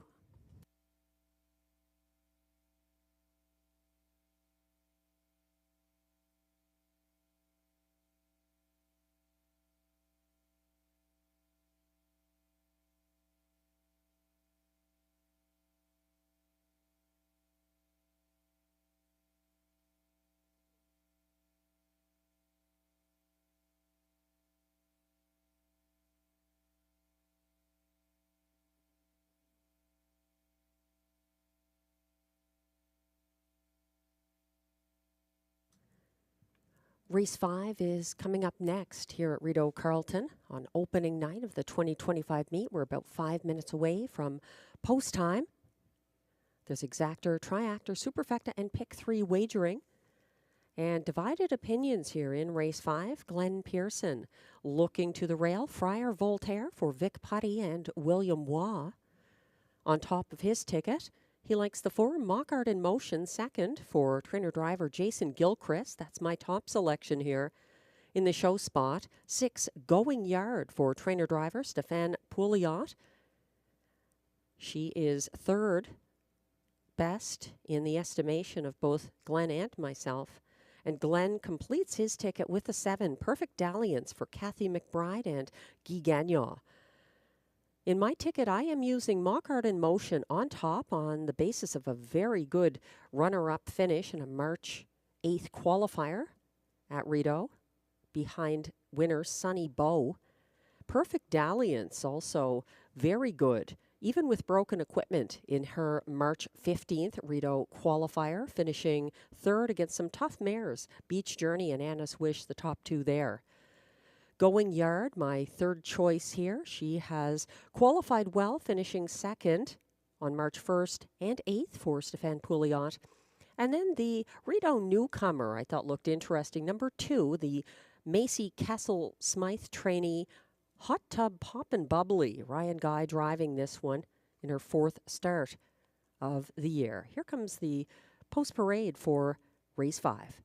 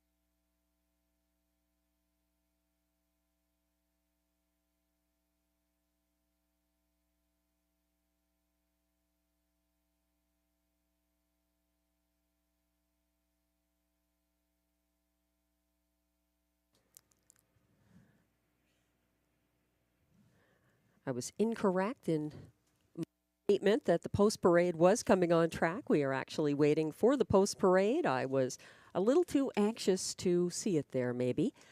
The track has been downgraded slightly. It is now good. And here in race 5, again, divided opinions. 7-2 right now on Glenn Pearson's top selection, number 1, Friar Voltaire. Just one win last season for the Vic Putty trainee, coming in from Woodbine Mohawk Park. He's got Class Relief on his side and William Waugh taking the lines. Friar Voltaire.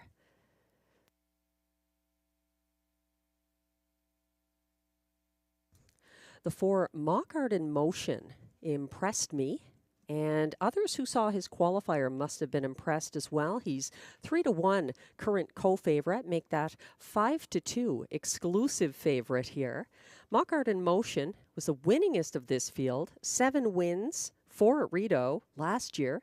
He was claimed by trainer-driver Jason Gilchrist March 6th at Mohawk. He took back to 4th at the start of his qualifier here March 8th, had a first over move on the backstretch and steadily hunted the front-end winner, Sonny Bow, to the wire. He's got some late speed and Class Relief on his side. That's the 4, Mockart in Motion.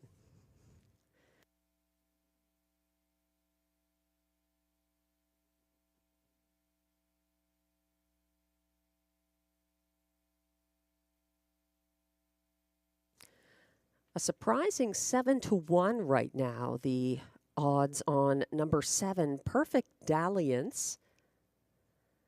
It's true, she went 0 for 4 last year, but she picks up driver Guy Gagnon here after a promising qualifier on March 15th. Perfect Dalliance was first to the front, starting from the rail that qualifier. She was cleared by the front-end winner, Beach Journey, pocketed up, though, and had a late move up the inside path, finishing with broken equipment. Perfect Dalliance,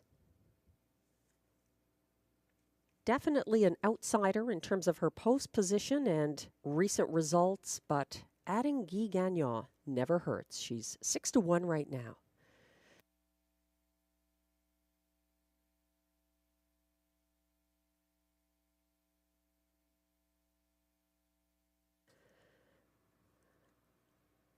The 6 Going Yard, 3-1. She was an early leader, circled by Share the Moment en route to the opening quarter in the March 8th Rideau qualifier she was in.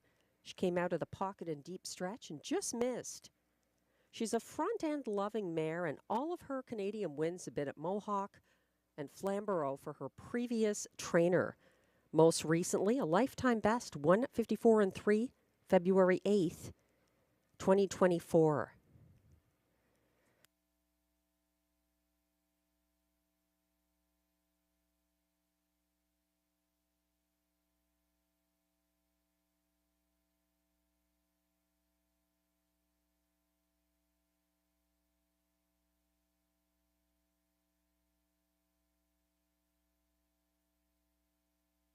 Looks like the horses will be coming out for the post parade shortly for race 5. Exactor, Triactor, Superfecta, and Pick 3 wagering here. These pacers are non-winners of $225 per start in their last 10 or in 2024-2025. Some other conditions added there as well.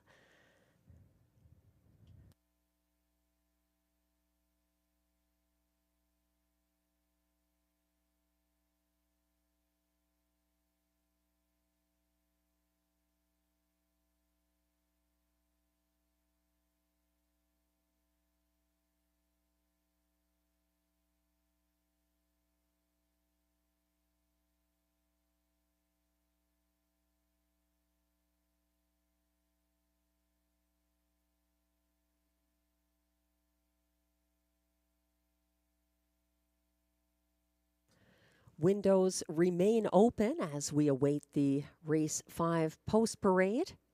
Continued support for my top choice here, number 4, Mockart in Motion. Claimed at Mohawk February 6th by trainer-driver Jason Gilchrist, and a very good qualifier on March 8th over a good track. The track was fast when we started the night. It has been downgraded slightly to good.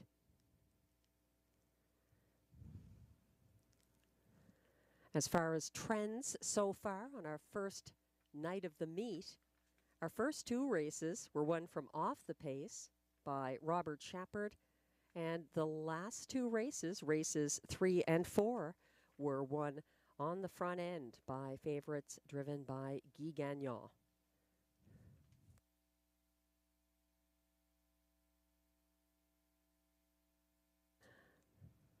A reminder of that Horse Player Interactive HPI bet rebate for Canadian bettors with accounts who are wagering tonight on Rideau Carleton, a 3% rebate for bettors wagering $40 or more on the card.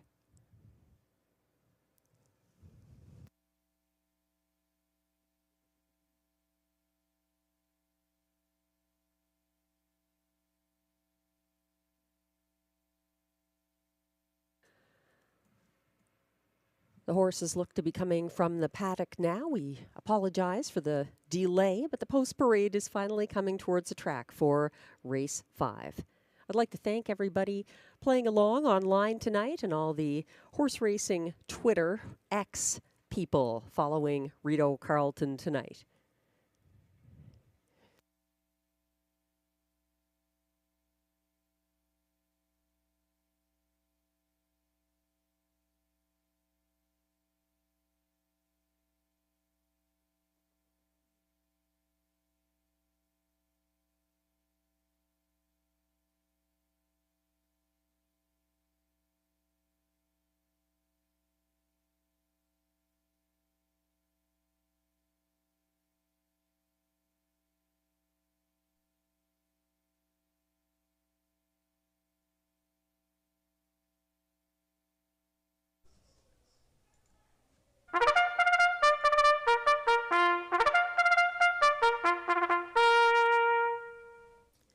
Here come the race 5 pacers for the post parade. They are non-winners of $225 per start in their last 10 or in 2024-2025. Also eligible non-winners of $2,250 in their last 5 for horses that raced in an $8,500 claimer or less in one of their last 3 starts. The purse, $5,200. No changes in race 5.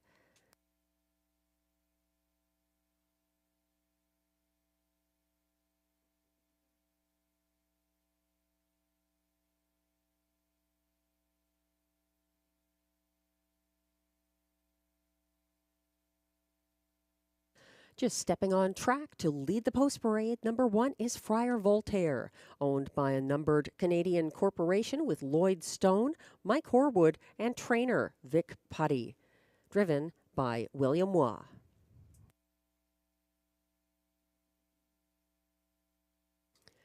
Two is the Rideau Carleton newcomer, Hot Tub Poppin' Bubbly, owned by Keith Castle, trained by Macy Castle Smythe, driven by Ryan Guy.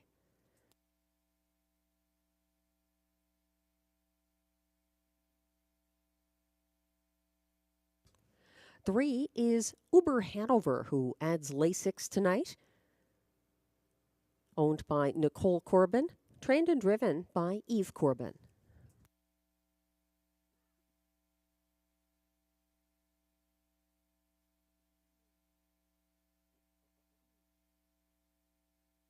Four is the current 4-5 favorite Mock Art in Motion, owned, trained, and driven by Jason Gilchrist.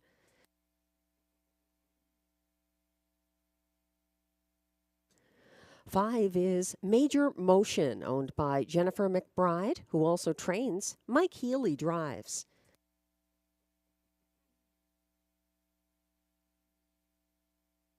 Six is Going Yard, owned by a numbered Quebec corporation with Sylvain Bilodeau, trained and driven by Stéphane Pouliot.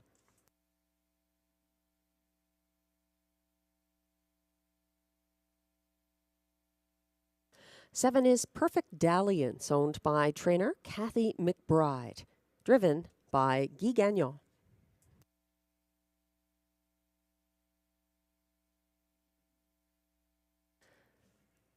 And completing this field from outside post 8, Curious Cortez, owned by trainer Pierre-Marc Longpré, driven by Jonathan Lapointe. That's your field of 8 pacers for upcoming race 5, which kicks off another pick 3 here at Rideau Carleton. Also exactor, triactor, and superfecta wagering.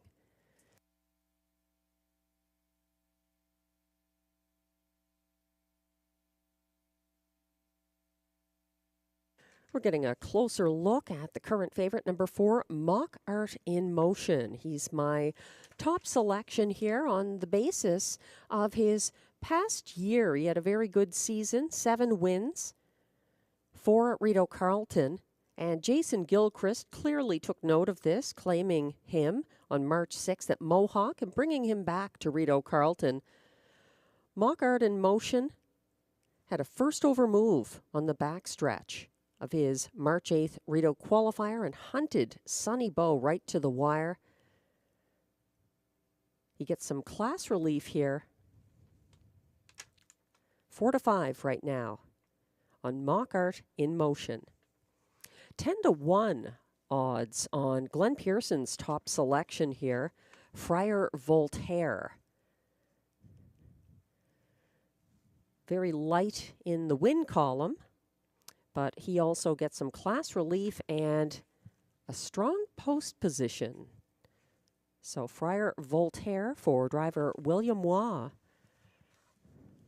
After back-to-back winners here on opening night from the rail. Logan Behold in race 3 and Ciel Bleu in race 4.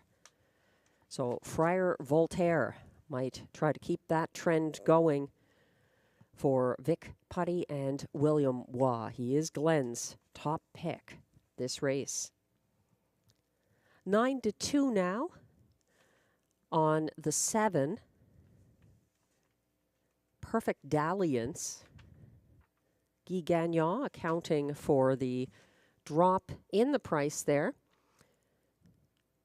She was first to the front in her March 15th qualifier from the rail, and then followed Beach Journey home. The post hurts, but she does have some class relief here. A very light season last year, so we'll see if she improves in line to Guy Gagnon tonight. Perfect Dalliance.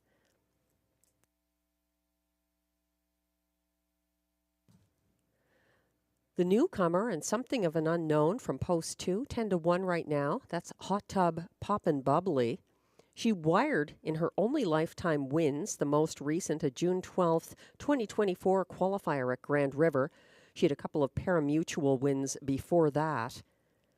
She took back to single file third in a 28-1 opening quarter, February 2nd at Flamborough, her most recent start. She was gapping third by the half and retreated through the field afterwards.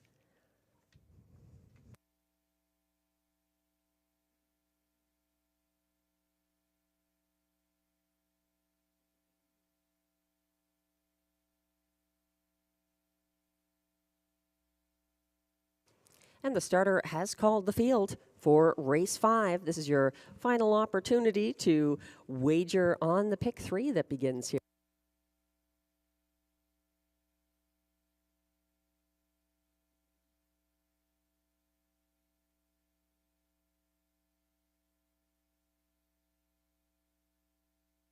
A field of 8 gathering behind the gate now to kick off race 5. 1 is Friar Voltaire for William Waugh. 2, Hot Tub Poppin' Bubbly, Ryan Guy. 3 is Uber Hanover for Yves Corbin. 4, Mock Art in Motion, Jason Gilchrist. 5, Major Motion for Mike Healy. 6, Going Yard, Stéphane Pouliot. 7, Perfect Dalliance, Guy Gagnon. And on the outside, Curious Cortez, Jonathan Lapointe.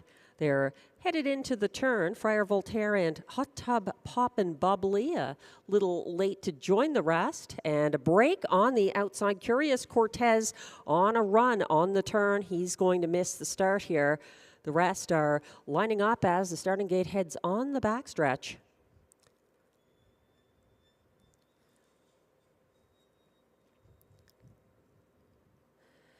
And they're off and pacing, and a very even start for the rest of them besides Curious Cortez, with Friar Voltaire using rail advantage, but no match for the gate speed of Going Yard and Perfect Dalliance at it already. They have a breakaway of about 3 lengths, and they are battling for the early lead. Following third is Friar Voltaire on the cones. Behind him in fourth, that's Uber Hanover. And then we're back to Mike Healy with Major Motion in fifth. They went by the opening quarter in a time we'll have to correct later. Up front and leading down the stretch, Going Yard, going at it for Stefan Pouliot.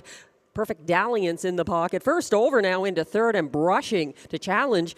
That is Mock Art in Motion, and he is towing Curious Cortez into it, recovering after that break early on. They are now sparring with Going Yard, who's leading the way to the half, challenged by Mock Art in Motion. She is leading the way, but now sticking ahead in front. Mock Art in Motion coming on for Jason Gilchrist, following on the outside, second over in third and gapping cover. That is Curious Cortez on the inside in fourth under tight lines. Nowhere to go for Perfect Dalliance. They're approaching 3/4. Fifth on the inside, Friar Voltaire needs to do more. Coming from the back of the field, Hot Tub Poppin' Bubbly caught wide and now retreating. Trailing is Uber Hanover. They have a horse to catch now at the top of the stretch. A breakaway lead for Jason Gilchrist with Mock Art in Motion, leaving the others in the dust. Mock Art in Motion.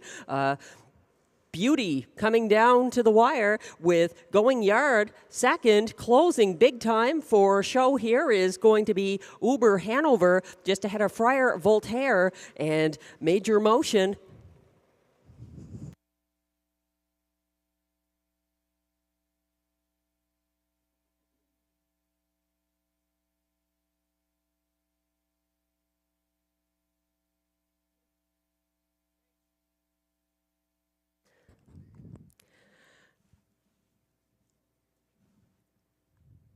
We're going to revisit the fractions for race 5, a teletimer malfunction there, and the AGCO judges have also let me know that they're looking at footage of the start of race 5 regarding the break by the 8 Curious Cortez. Right now on screen is the easy victory of number 4, Mock Art in Motion for Jason Gilchrist.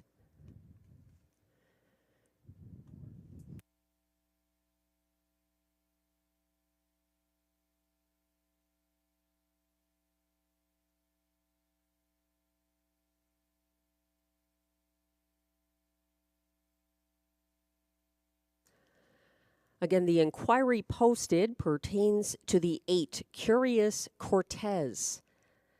And the break before the start, Curious Cortez did catch the field and get involved, but the judges are taking a look at whether Curious Cortez received a fair start in race 5. Hold all tickets.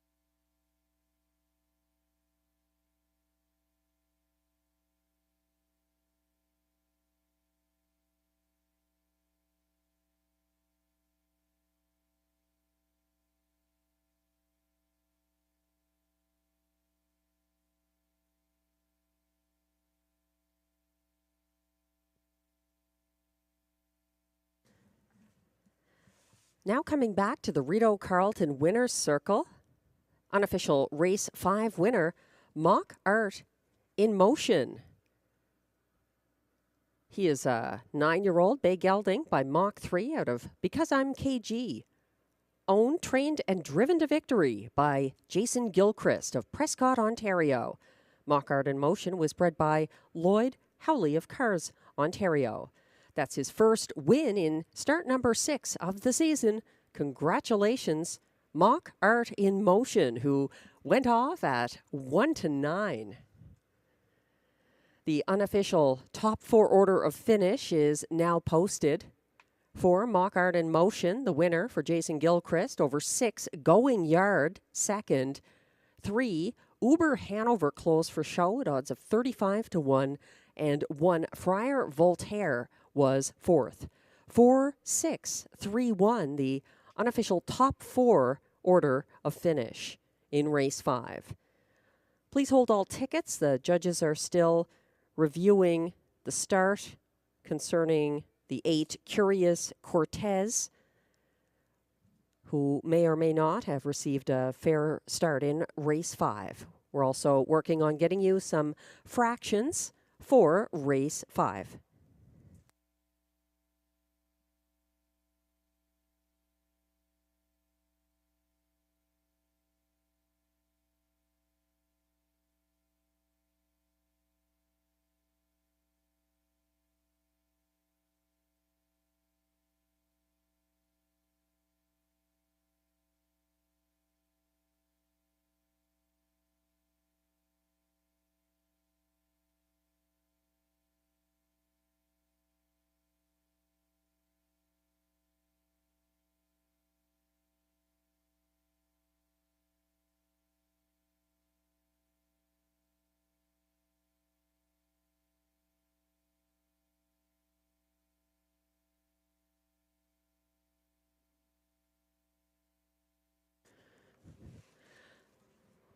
We have corrected fractions now for race 5. We apologize for the teletimer malfunction.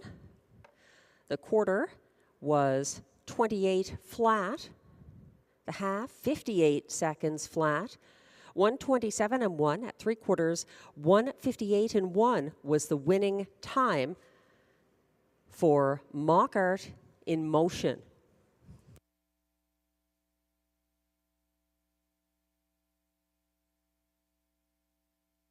The correct fractions are now displayed on the infield tote board.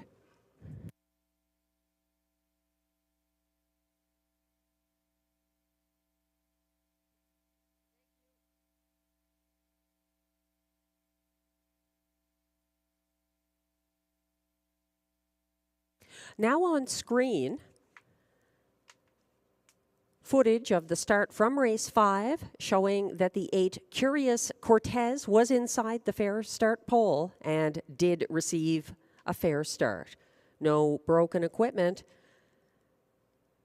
The 8 Curious Cortez did receive a fair start, so no action required.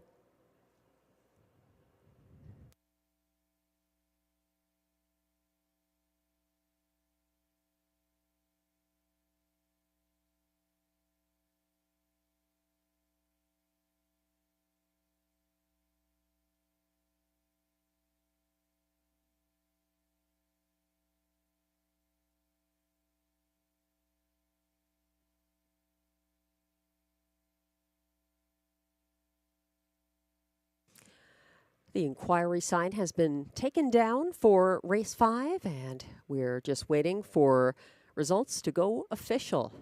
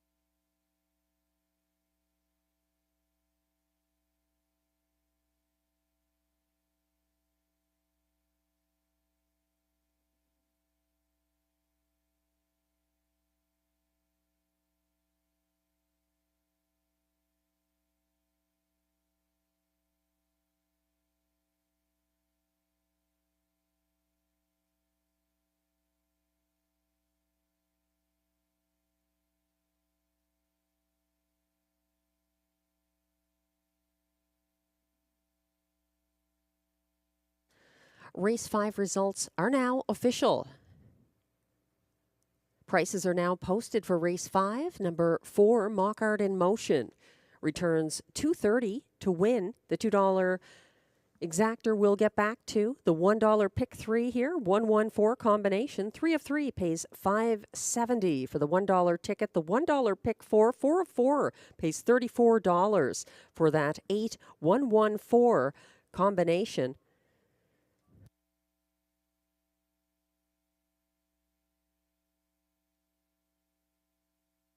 The $2 exactor 4-6 in race 5 pays $7.70. It's $45.20 for the $1 try, $4.63, and $119.20 for the $1 superfecta 4-6-3-1 combination.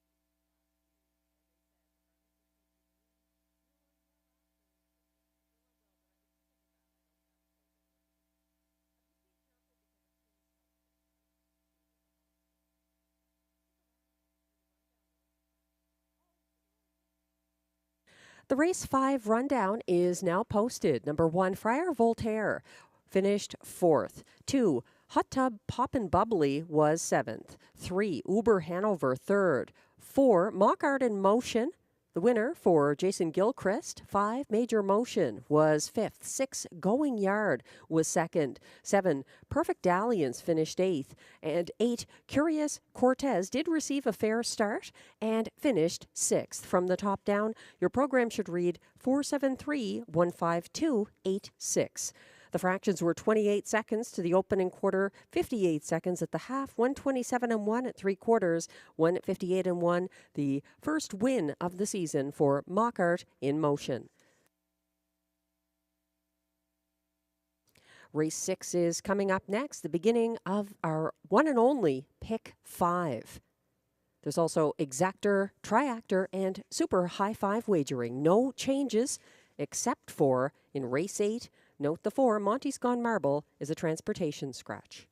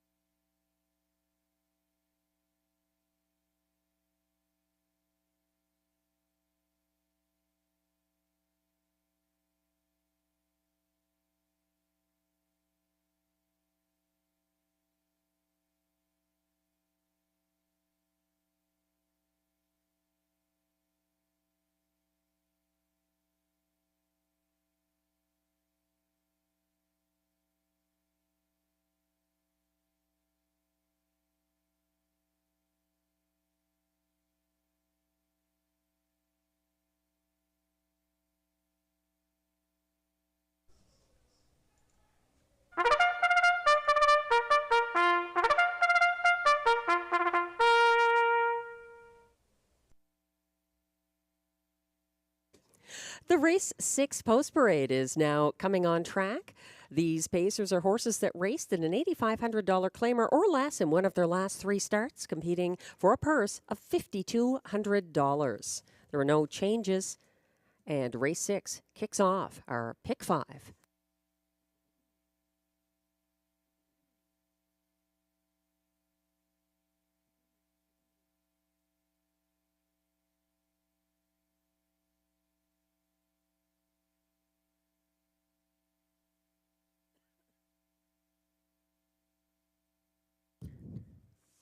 One is The Dog in the Fight, owned by trainer Steve Fortin and driven by Jacques Baudouin.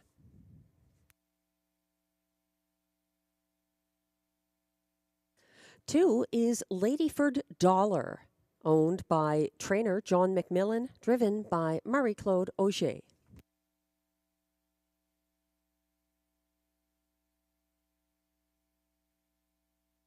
Three is Rockin' My Dream, owned and trained by Alain Martin, driven by Stéphane Pouliot.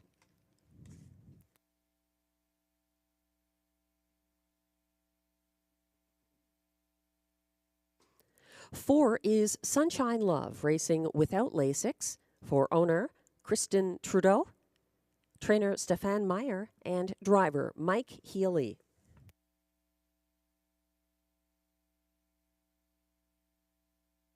Five is the current 7-5 favorite, Horizon Sealster, owned by Julia Ferguson and Lloyd Stone, trained and driven by Ted McDonald.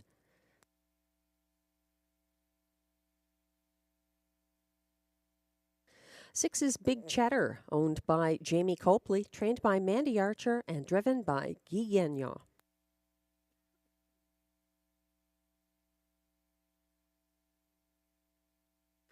Seven is Probert's Legacy, owned by trainer Marc-André Simoneau, driven by Pascal Berube.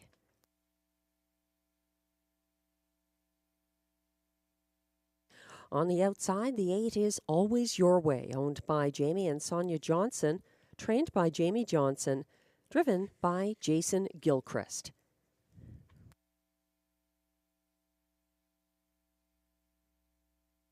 And from trailing post 9, it's Candescent Hanover, owned by Marie-Eve Nadeau, Vincent Waugh, trained by Jean-Serge Brazeau,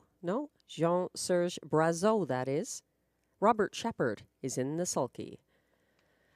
That's your field of 9 for Race 6, Exactor, Triactor, Super High 5, and Pick 5 wagering.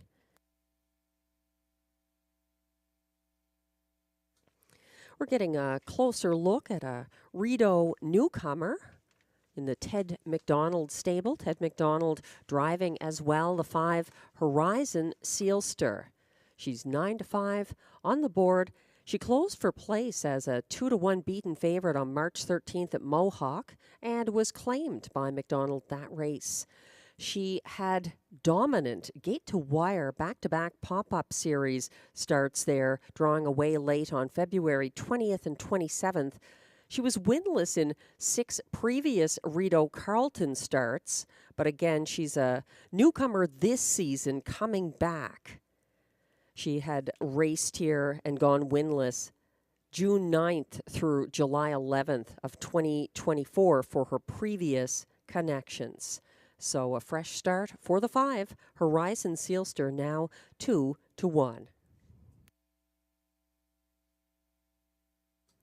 4-1 on my top choice here. The 2, Ladyford Dollar, a British-bred gelding who advanced uncovered from the Meadowlands post 10 for his most recent win on December 27th, clearing past the opening quarter, then circling and sitting the pocket until the stretch. He tipped late for the 11-1 victory. Ladyford Dollar qualified here March 15th for owner-trainer-driver John McMillan. John was driving in the qualifiers that day. Ladyford Dollar got caught wide leaving, back-pedaled to 5th on the first turn, and just sat out a front-end battle that race. There's some post and class relief in his debut for catch driver Marie-Claude Auger. That's the 2, Ladyford Dollar. The 4 Sunshine Love at 8-1 is interesting. He distanced 2 rivals in his March 1st Rideau qualifier for Mike Healy, opening up past the half. He was claimed last August 6th at Mohawk and had 3 of 6 seasonal victories here, all from inside posts.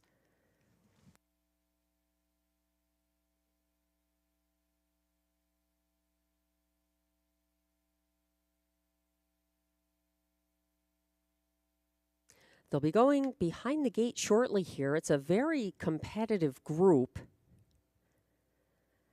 And high five wagering could pay off here. There were some long shots in the mix.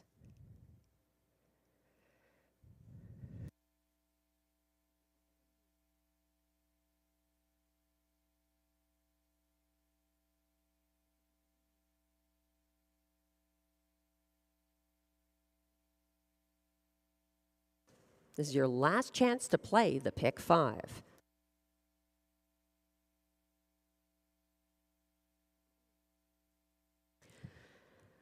And the starter has called the race 6 field. They're lining up now. 1 is the dog in the fight for Jacques Baudouin. 2, Lady for Dollar, Marie-Claude Auger. 3, Rockin' My Dream, Stéphane Pouliot. 4, Sunshine Love, Mike Healy. 5, Horizon Sealster, Ted McDonald. 6, Big Cheddar, Guy Gagnon. 7, Probert's Legacy, Pascal Berube. On the outside, 8, Always Your Way, Jason Gilchrist. And the trailer is 9, Candescent Hanover for Robert Shepard. They're on the turn. Candescent Hanover is catching up, but again, starting from the trailing post. All the others on gate. Lady for Dollar holding back just a little for his Rideau debut. Always Your Way, a little off the gate as well. The outside group going to wait this out as they're off and pacing, and speed battle emerging on the front end as Lady for Dollar takes control early for Marie-Claude Auger. Rockin' My Dream is first over in second, now taking back to third, as here goes Big Cheddar for Guy Gagnon, making a move to take charge on the first turn. That puts Lady for Dollar second, about a length and a half ahead of third place Rockin' My Dream, as they circle past the quarter in 27-4. Lots of early action there as Big Cheddar is now in charge, approaching the tote board with Lady for Dollar in the pocket. First over into third, the dog in the fight. Fourth on the inside, Rockin' My Dream. Second over now into fifth, that's Sunshine Love.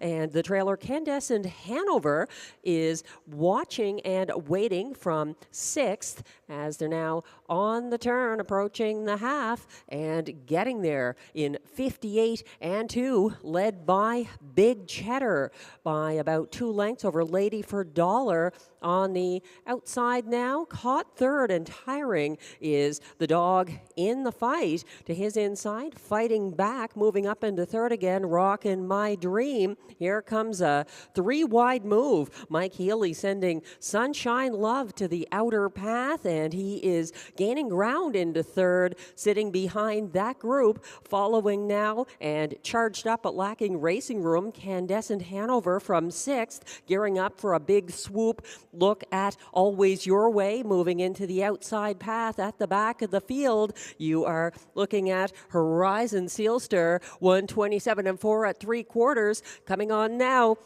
Lady for Dollar is chased on by Marie-Claude Auger. Lady for Dollar delivers Sunshine Love second. It looked like Big Cheddar for third, 158-3.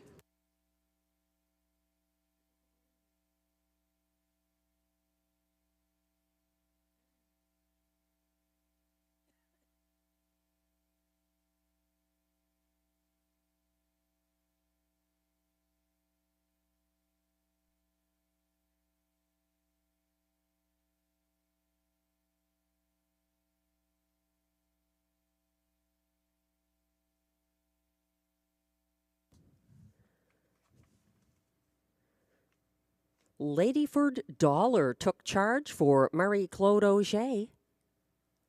taking race 6 in 1:58 and 3. That's the first win of our 2025 meet for owner-trainer John McMillan. Also, Marie-Claude Auger adding her name to the winning drivers on opening night 2025 in race 6.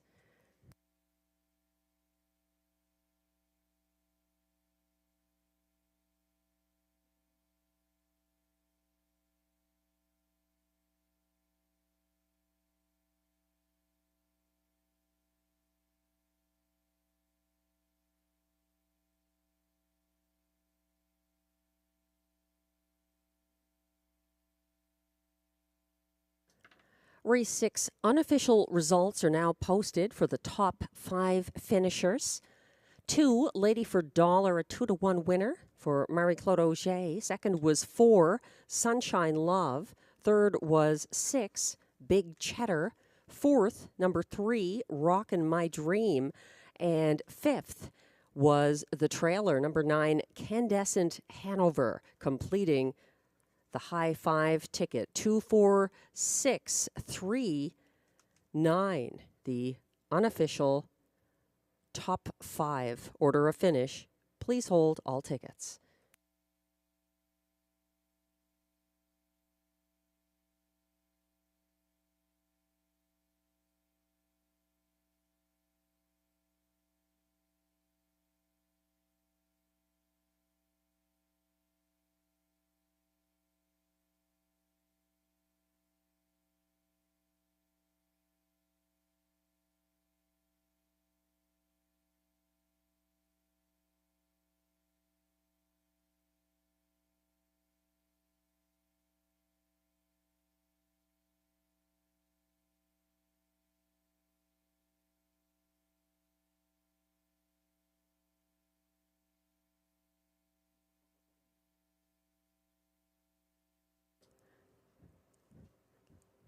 Making his first appearance in the Rideau Carleton Winner's Circle, unofficial race 6 winner, number 2, Lady for Dollar.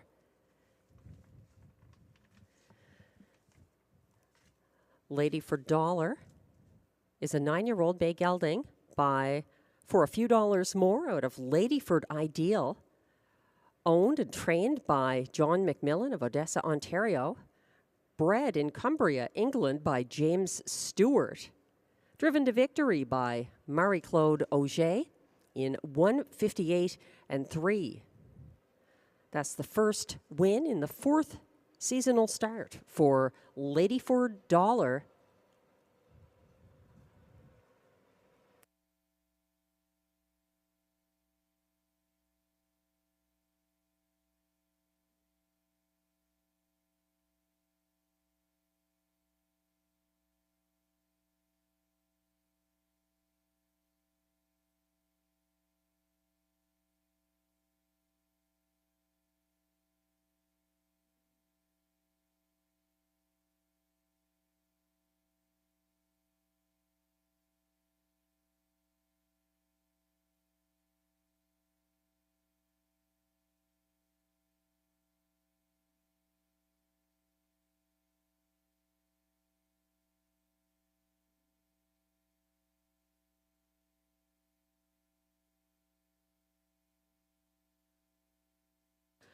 And race 6 results are now official.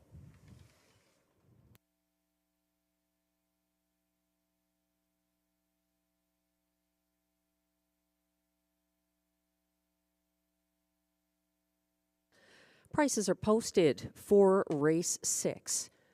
Winner number 2, Lady for Dollar, pays $6.40 to win. The $2 2-4 exactor pays $29.80. It's $53.85 for the 2-4-6 $1 try. And as mentioned, those long shots made for a nice 20-cent super high five. 2-4-6-3-9 ticket returns $1,403.68 for that 20-cent super high five. You can thank Rockin' My Dream and Candescent Hanover.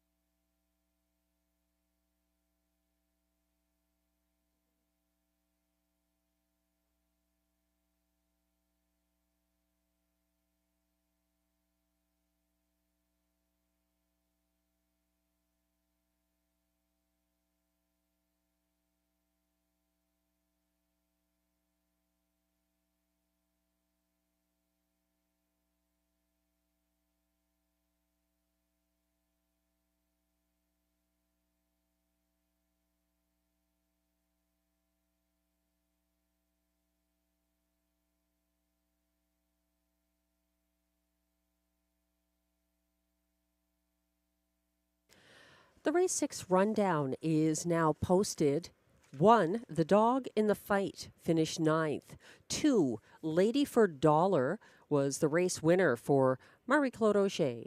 3, Rockin' My Dream was 4th. 4, Sunshine Love, 2nd. 5, Horizon Sealster was 8th as beaten 8-5 favorite. 6, Big Cheddar, 3rd. 7, Probert's Legacy, 6th. 8, Always Your Way, 7th. And 9, Candescent Hanover, 5th. From the top down, your program should read 914283675. The fractions were 27 and 4 to the quarter, 58 and 2 at the half, 127 and 4 at 3/4, 158 and 3 the winning mile for Lady for Dollar in his parimutuel Rideau debut for John McMillan. Congratulations.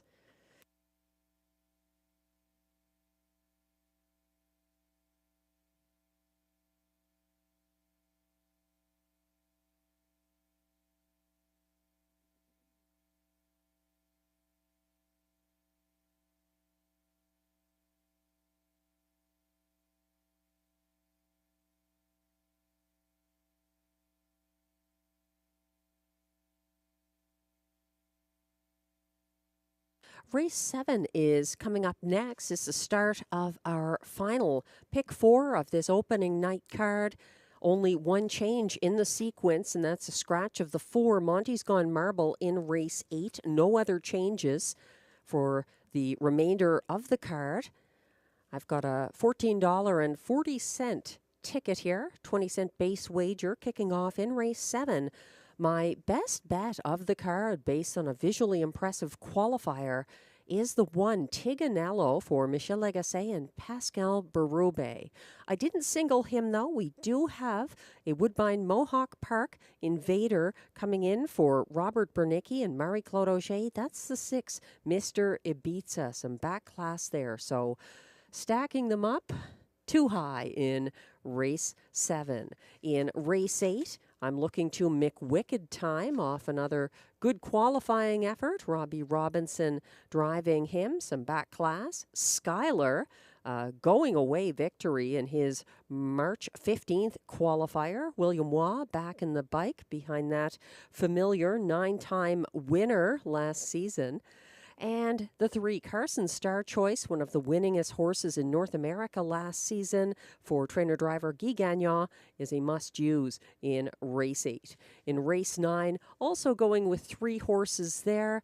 I think Sonny Bow had an excellent qualifier for Stéphane Pouliot, his trainer-driver, on March 8th at this track.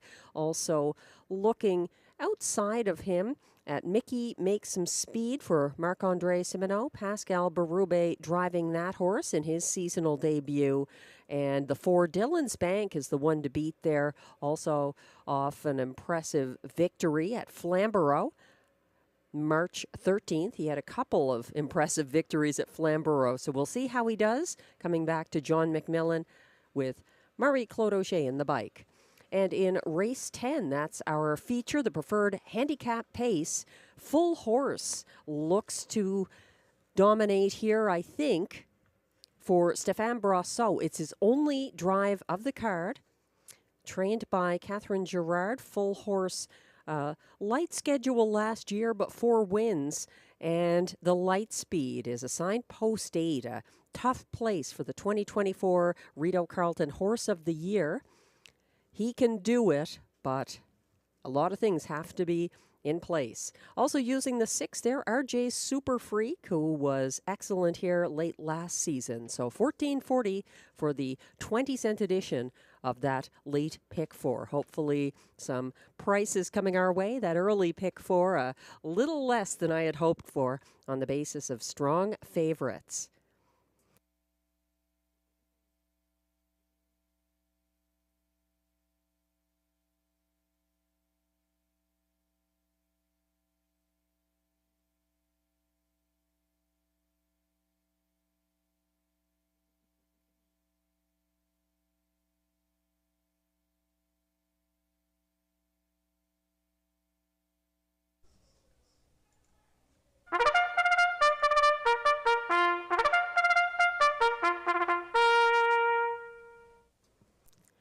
comes the post parade for race 7.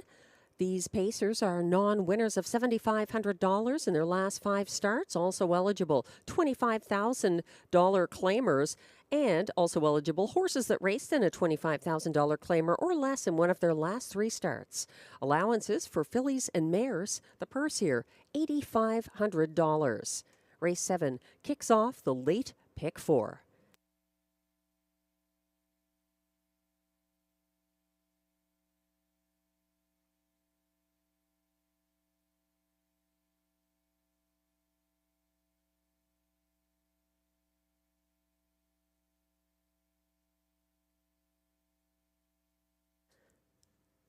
Leading the post parade for race 7, number 1, Tignanello, owned by Les Écuries Saint-Thomas. He is trained by Michel Legacy and driven by Pascal Berube.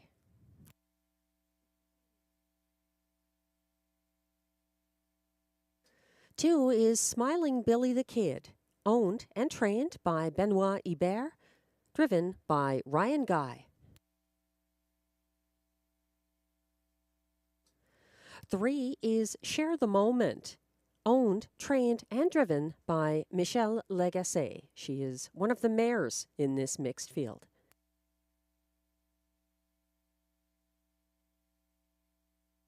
4 is Time to Dancing, owned by a numbered Quebec corporation, trained by Stéphane Pouliot, driven by Melanie Plourde.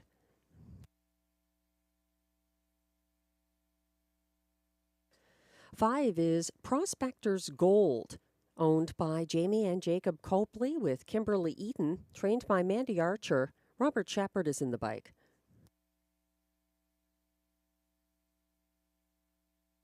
6 is Mr. Ibiza, owned by Sylvain Cote with trainer Robert Bernicki. Marie-Claude Auger drives.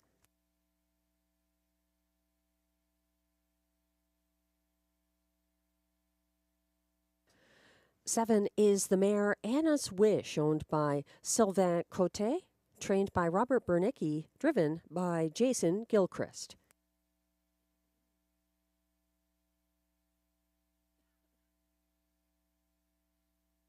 8 is I Am a Rocket, owned by Louise Ricard, trained and driven by Guy Gagnon. And from trailing post 9, it's Shotgun Jerry, owned by a numbered Quebec corporation, trained and driven by Stéphane Pouliot. That's your field for race 7, exactor, triactor, superfecta, and late pick 4 wagering. It's an interesting group bringing together top mare pacers at this track with some good male pacers, some of whom have been competitive at the preferred level in the last year or so. We're looking at the current favorite, number 6, Mr. Ibiza. He is the 7-year-old Sunshine Beach stallion coming in from Woodbine Mohawk Park. He has some back class to him, 6 wins last season. He's my second choice here. He's 6-5 on the board. Mr. Ibiza settled 7th along the pylons early March 15th at Mohawk. He was second last behind stalled cover at the half and swung widest of all for the stretch drive. He closed in the field's fastest and card's third fastest closing quarter of 26 seconds flat, and a bit of class relief here. So we'll see how he takes to Rideau Carleton. The 6, Mr. Ibiza, 6-5 right now. The 8, I Am a Rocket, is 4-1 on the basis perhaps of that post position. He's winless in 2 previous tries from this post at this track on July 14th of last year and in the October 1st, 2023 preferred handicap. Guy Gagnon was not driving him on either occasion, however. I Am a Rocket was caught wide leaving February 22nd at Mohawk, back down to 6th along the pylons on the first turn, started up first over, approaching the half, drew alongside the leader, Booming Economy, at the top of the stretch, and was leading down the stretch before getting collared late. He was 37-1 that race and outperformed his odds. And now he's back here at Rideau. I Am a Rocket, 7-2 right now. My top pick, 2-1 from the rail. Tignanello, who wired from post 8 in the fastest of 9 March 15th Rideau qualifiers, 157-1. For trainer-driver Michel Legacy, this is his debut for Pascal Berube. He held off the good Persistent Boy late in that mile. Coming in from Dover, where he was very good late last season.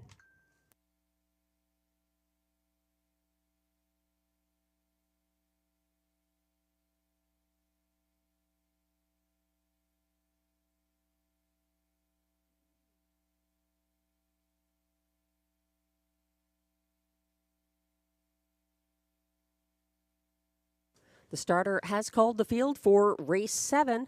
It's also your last chance tonight to play the pick 4 at Rideau Carleton. Thanks to everyone watching and wagering tonight. We appreciate the support as we kick off our 2025 meet.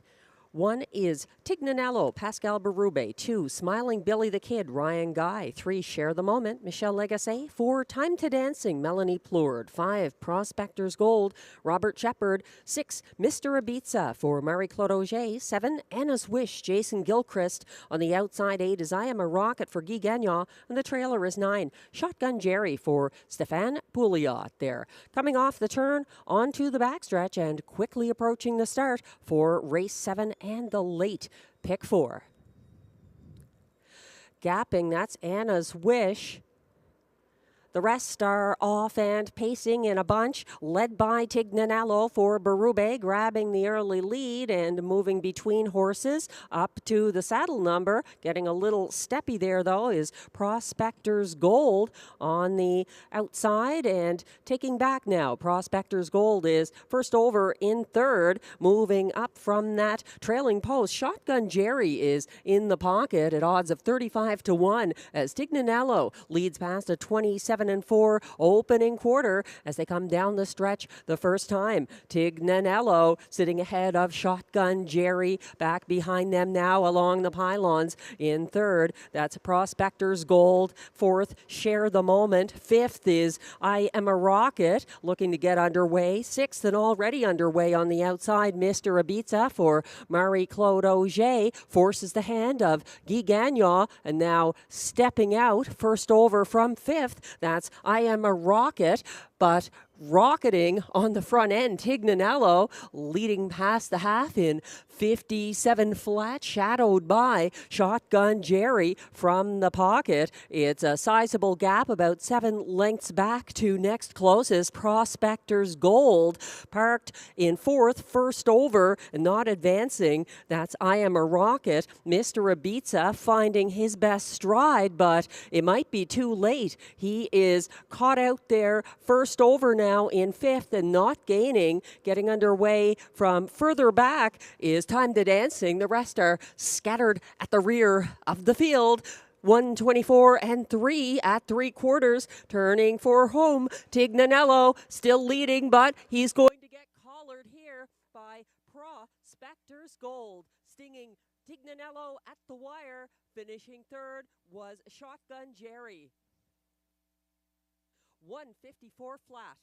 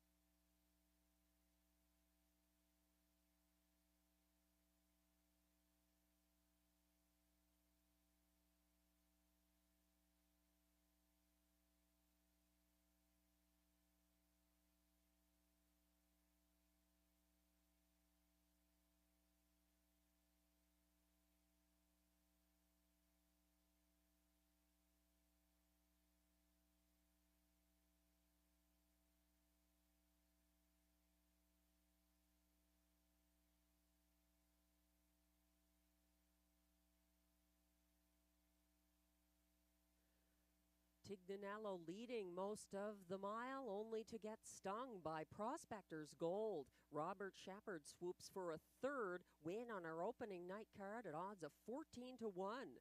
The one Tignanello holding on for place ahead of 9 Shotgun Jerry and 8 I Am a Rocket. Race 7 unofficial results are displayed on screen. Please hold all tickets. The unofficial top 4 order of finish 5198.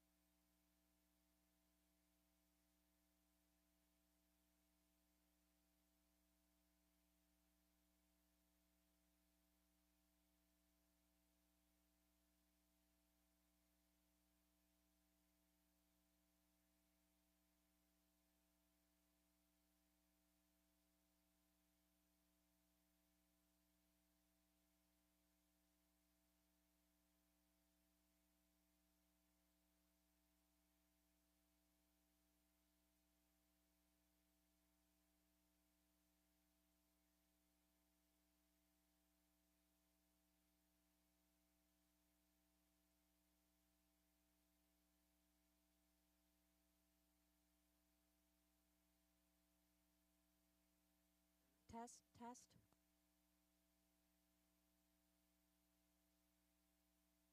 Test, test, test. 1, 2, 1, 2, 1, 2.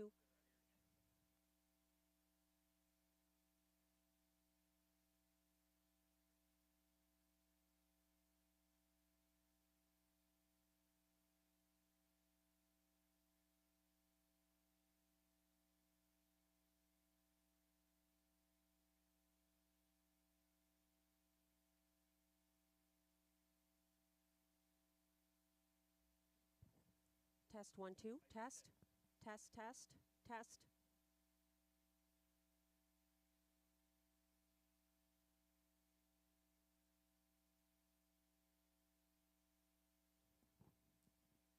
Test, test.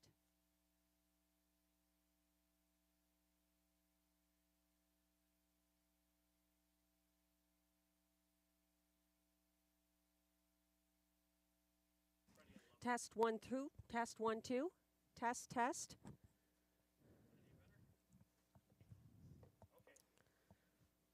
Testing.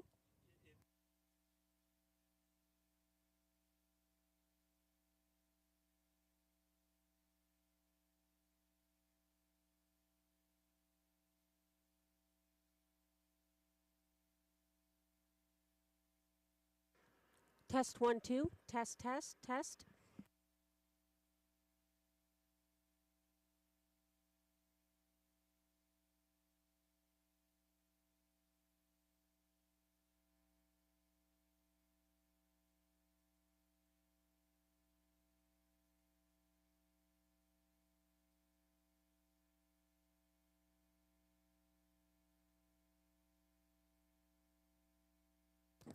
Test 1, 2, test, test, test.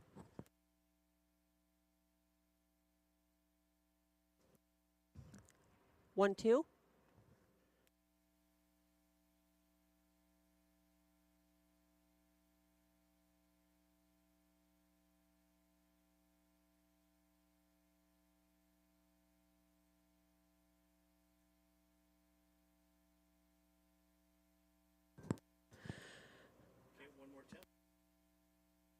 Race 7 prices now on screen.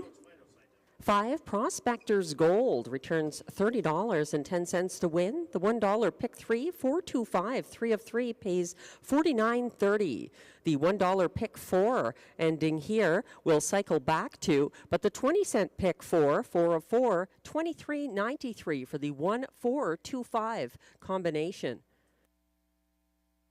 Our $2 exactor, 5-1, returns $95.70. The $1 try, 519, pays $310.30. And the $1 superfecta, $1,530.95 for the 5-1-9-8 combination. We've got that $1 pick 4 up now, $119.65 for the 1-4-2-5 pick 4 ticket. The key was Prospector's Gold.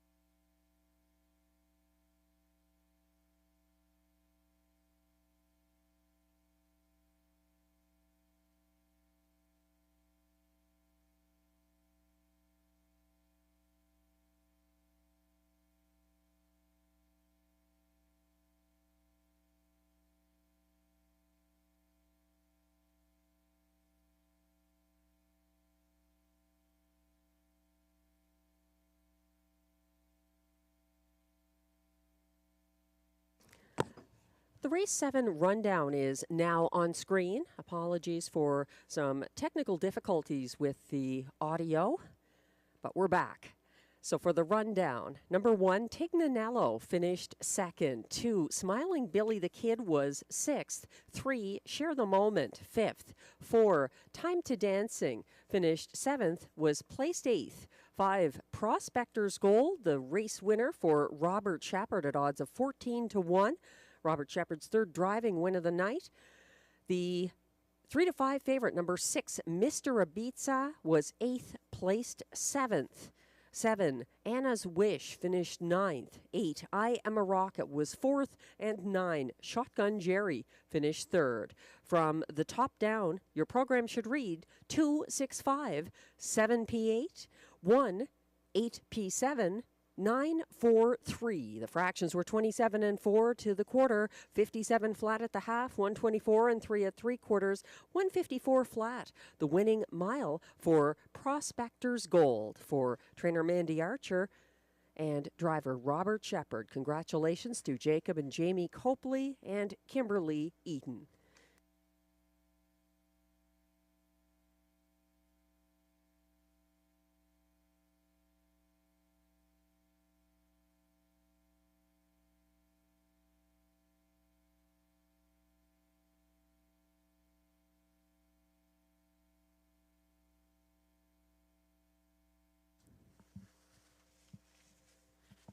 Moving on to race 8 now, with our only change of the whole card, the scratch of number 4. Monty's gone marble due to transportation issues.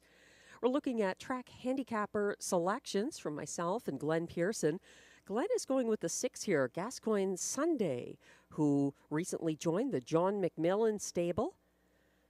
And Aidan Keeley-Griffiths co-owns now Gascoigne Sunday, an 18-time winner last year. Ryan Guy driving this one, 3-1 right now. Gascoigne Sunday. Glenn likes the 8 McWicked time for trainer driver Robbie Robinson in the place spot ahead of 7 Skylar for Vic Putty and William Waugh. And then completing his ticket is the 3 Carson Star Choice for Guy Gagnon, trainer driver, a 14-time winner last year, Carson Star Choice.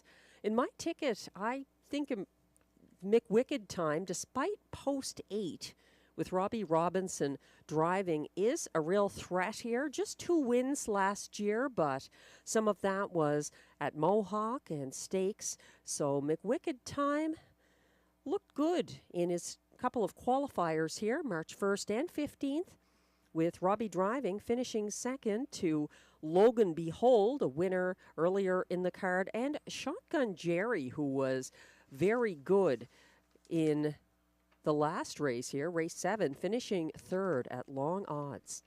I'm using the known closer, Skylar, 7 in the place spot, and then Carson Star Choice, who prefers the front end, putting him third. I was using Monty's Gone Marble, the 4, to complete my superfecta with the scratch of Monty's Gone Marble. A number of other horses to consider here. I wouldn't rule out the 1 Sunchip from the rail. He loves the front end, and his last win was at this track November 24th, a front end victory for Pascal Berube. So Sunchip, the 1, currently 5-1. I'd put him in to replace the 4. There's Exactor, Triactor, Superfecta, and late pick 3 wagering available on upcoming race 8.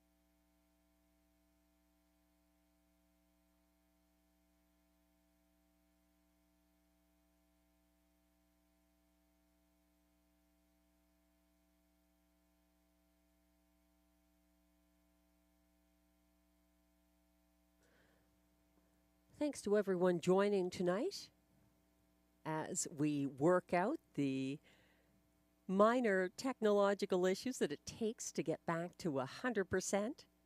We're having a good start, though, from the horsepower perspective to the start of the 2025 meet. And thanks to all the bettors joining us tonight online and at the track.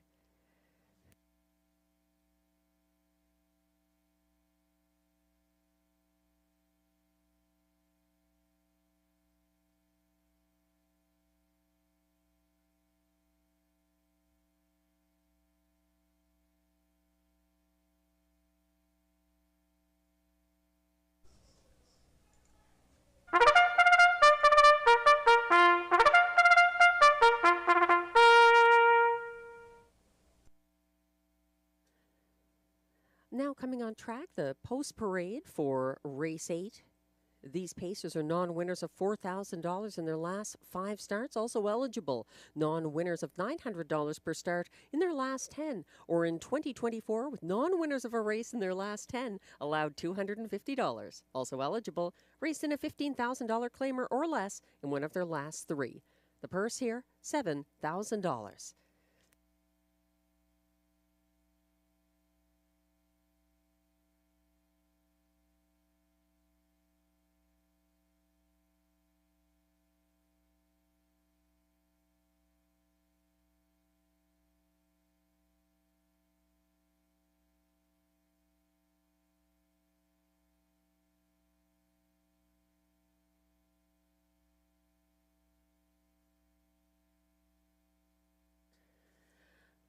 Leading the post parade, number 1 is Sunchip for owner Patrick Dillon, who shares ownership with Patty Hoskins, Steve McGill as well. Mike Armstrong trains. Rob Shepard is in the bike.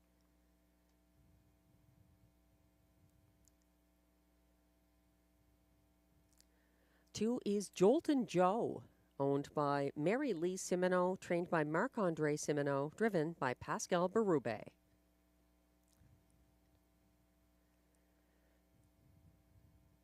Three is Carson Star Choice, owned by Écurie Guy Gagnon with Seth McLeod, trained and driven by Guy Gagnon.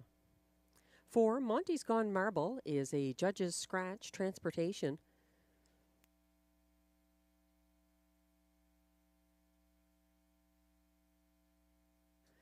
Five is No Sport Pun Intended, owned by Lee Cullen and Lloyd Howley, trained by Mike Armstrong, driven by Ryan Guy.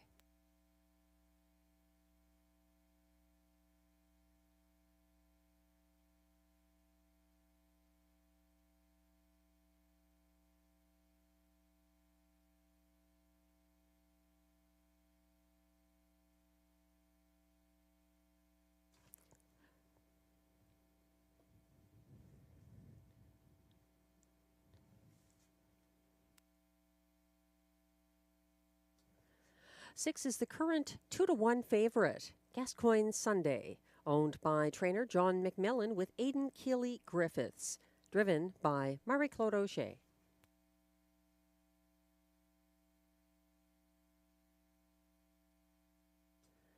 7 is Skylar, owned by Limco Incorporated, trained by Vic Putty, driven by William Waugh.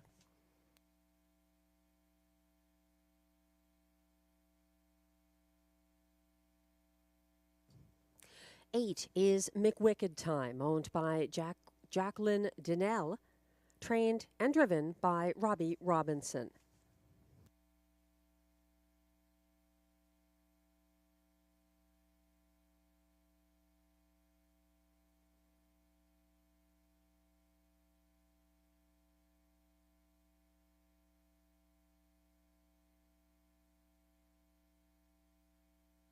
And completing the field from trailing post 9, that's Woodmere Gaelic, owned by Antonio DeMario, Antonio Belfiore, and Melanie Leach, trained by Steve Bellil, driven by Mike Healy. That's your field for race 8. No changes other than the scratch of the 4, Monty's Gone Marble. Exactor, Triactor, Superfecta, and late pick 3 wagering.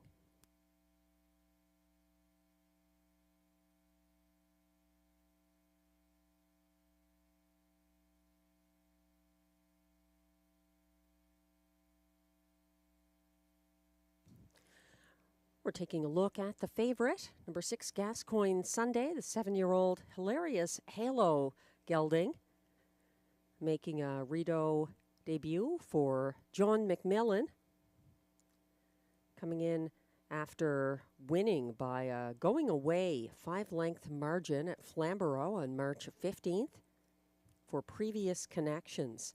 A 3-time winner from 9 starts this season and an 18-time winner last year. Gascoigne Sunday with a helpful post as well. 7-5 right now on the board for Marie-Claude Auger. Already a winner with the John McMillan trainee Lady for Dollar in race 6.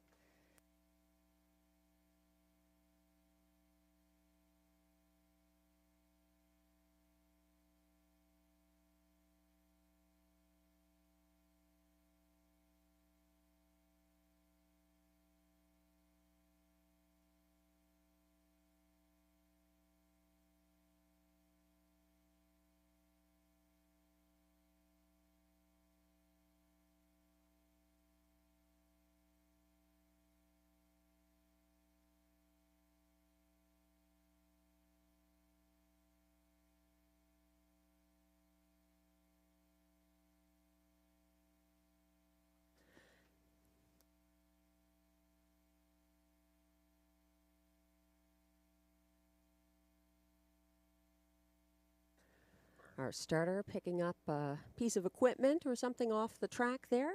They'll be lining up very shortly for race 8, your last chance tonight to play the pick 3 at Rideau Carleton.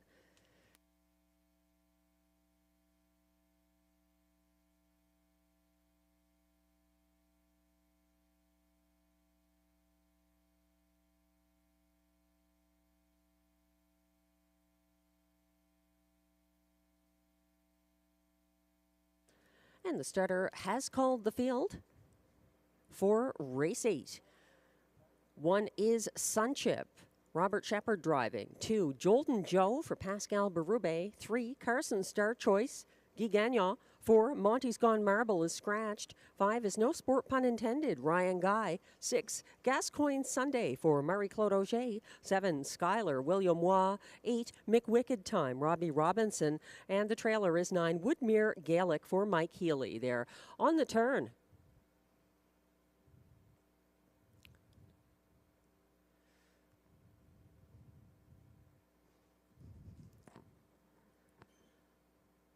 Field is perfectly lined up with the 1 trailer behind and quickly approaching the start for race 8.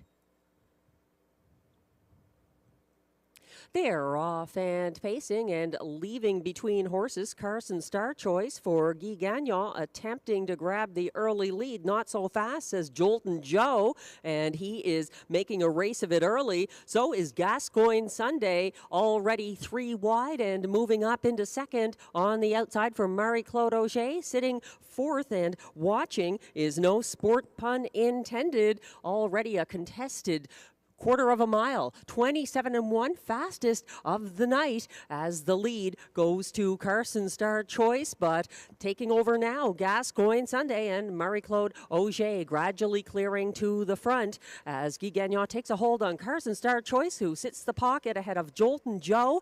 Then it's back to No Sport Pun Intended. Skylar is out there now and advancing uncovered. He is moving up into 4th on the outside, approaching the half, putting No Sport Pun Intended back into 5th, 57-2, a 30-1 breather for Gascoigne Sunday, and sitting the pocket, that's Carson Star Choice, but confronted now by Skylar, moving ahead of him, first over into second outside of Gascoigne Sunday. Carson Star Choice 3rd on the inside, second over in 4th is McWicked Time, following them, and getting shuffled back to 5th on the inside is Jolton Joe as they head past 3/4, 126-2. Further back in this field, trying to launch 3rd over, but gapping cover Woodmere Gaelic. Trailing is Sunship. They turn for home. Skylar is trying to hunt down Gascoigne Sunday. Up the inside, Carson Star Choice coming on, but Gascoigne Sunday might be too strong. Gascoigne Sunday going to hold off everyone else. Carson Star Choice second ahead of Skylar and Jolton Joe, 155-1.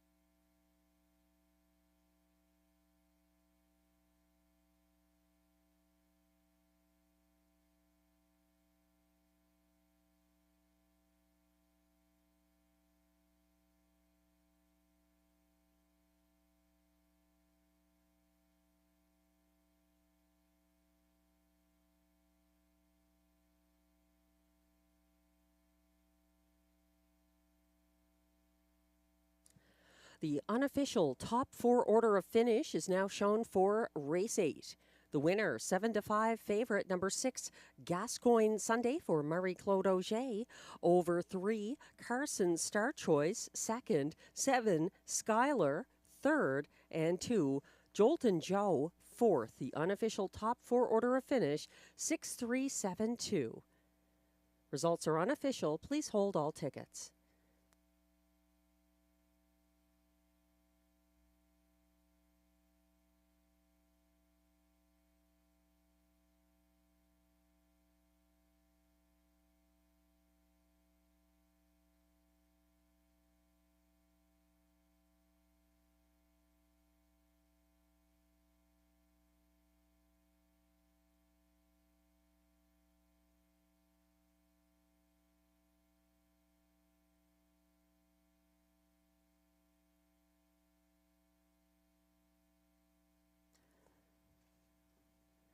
Another win for co-owner, trainer John McMillan, Gascoigne Sunday.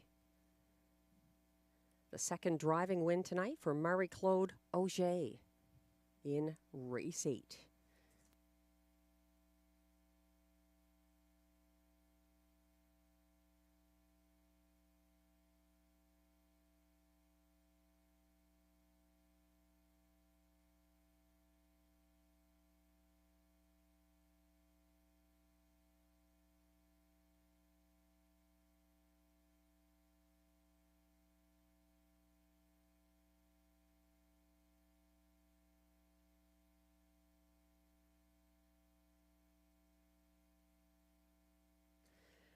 Now coming back to the Rideau Carleton Winner's Circle, unofficial Race 8 winner number 6, Gascoigne Sunday. A 7-year-old bay gelding by Hilarious Halo out of Gascoigne Dickey. Now the official winner of Race 8, Gascoigne Sunday, is owned by trainer John McMillan and Aidan Keeley-Griffiths of Odessa, Ontario. Bred by Murray Graham MacDonald of Belfast, PEI. Driven to victory by Marie-Claude Auger. That's win number 4 in start number 10 of the season for Gascoigne Sunday. Congratulations.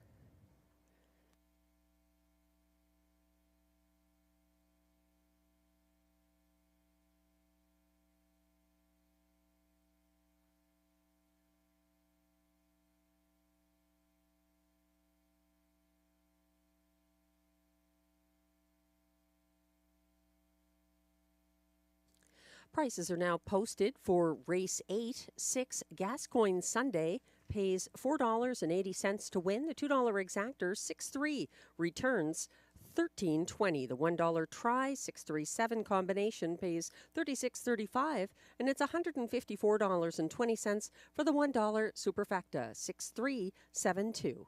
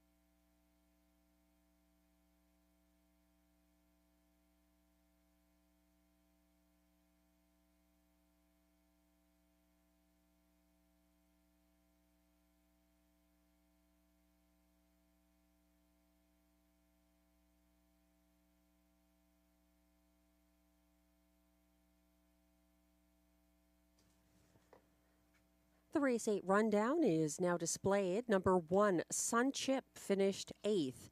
2, Jolton Joe was 4th. 3, Carson Star Choice 2nd. 4, Monty's Gone Marble was a transportation scratch. 5, No Sport Pun Intended 5th. 6, Gascoigne Sunday, the race winner for Marie-Claude Auger. 7, Skylar finished third. 8, McWicked Time was 6th. And 9, Woodmere Gaelic, 7th. From the top down, your program should read 842, scratch 51367. The fractions were 27-1 to the opening quarter, 57-2 at the half, 126-2 at 3/4, 155-1 the winning mile for Gascoigne Sunday.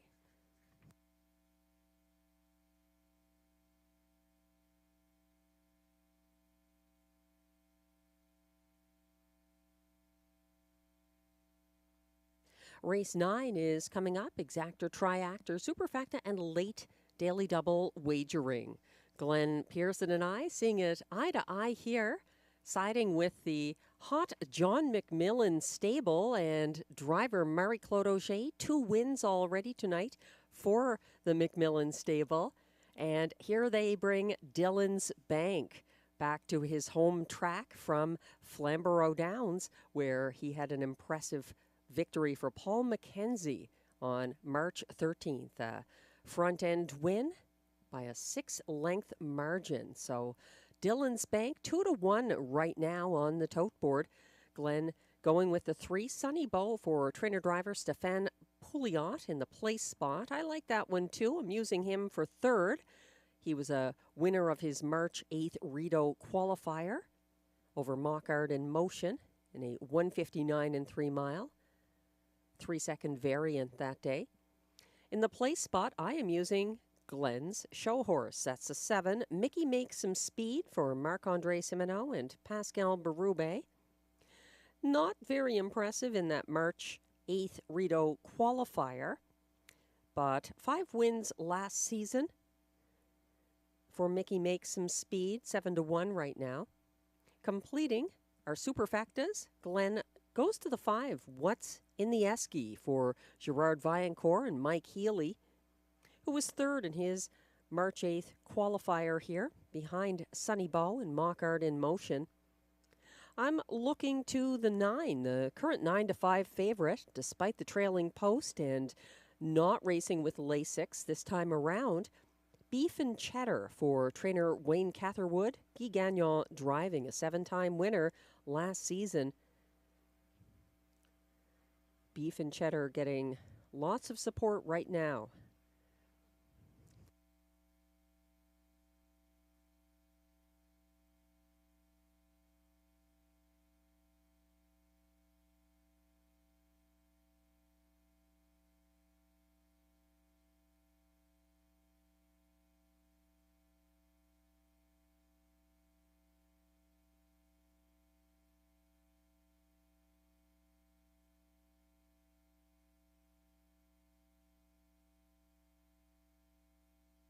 Thanks to the horse players and fans who have joined us tonight, some of them on track. Wanted to say hello to Sam on the back stretch, doing good work with the horses. Thanks for the note. Thanks for the opening night greeting from John McMillan, who introduced me last year as announcer. Thank you so much, John. Glad you're enjoying the night with your horses. Thanks to Ken Warkentin, the voice of the Meadowlands, who follows Rideau to some degree as well. And Joanne visiting from Guelph. Hope you're having a good night here with your friend. And thanks to all of you playing online as well, taking part in that opening night rebate on Horseplayer Interactive across Canada.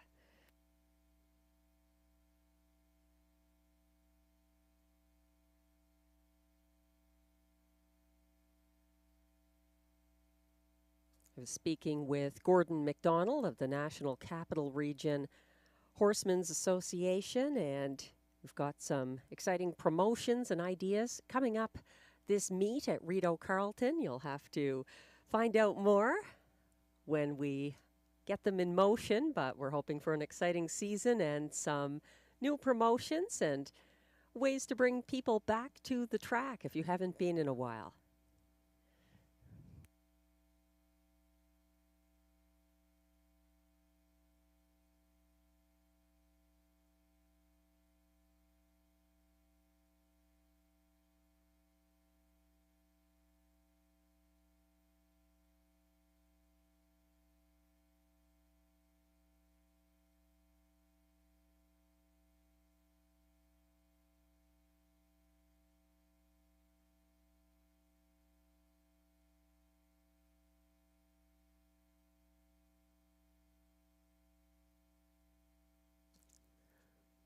We've been having our qualifiers on Saturday mornings throughout the month of March to ensure full fields and competitive racing on opening night of our meet this evening. I think it's paid off.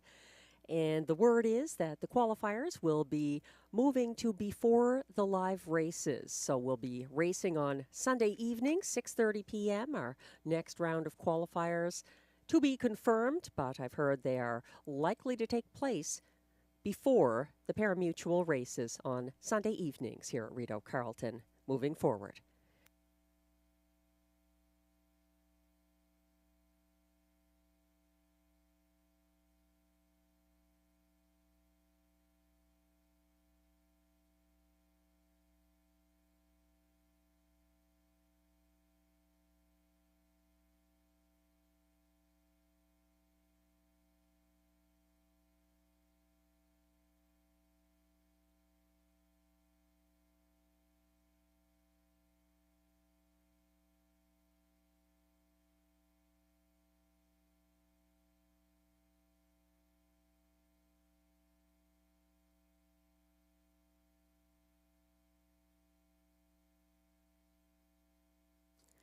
The 4, Dylan's Bank, now 6-5.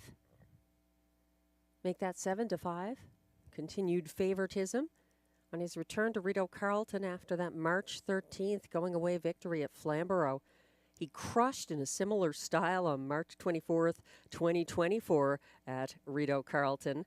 He is slightly up in class, but the likely winner in the eyes of the public here, Glenn Pearson and myself agree, putting him on top. Horses are coming onto the track now for the Race 9 Post Parade.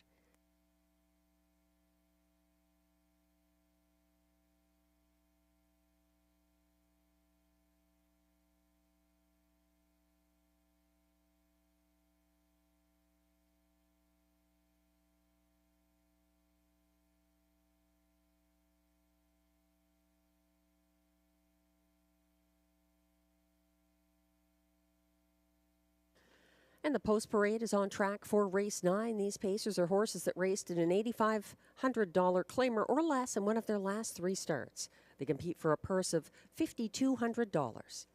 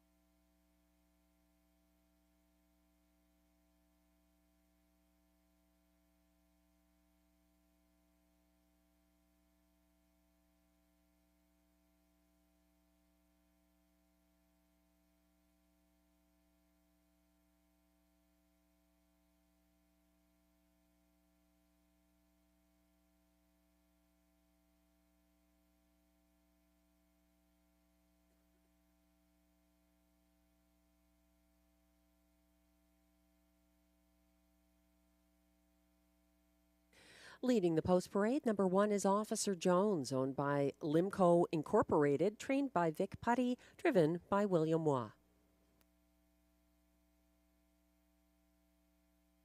2 is Midnight Mood, owned by Jamie and Sonia Johnson, trained by Jamie Johnson, driven by Jason Gilchrist.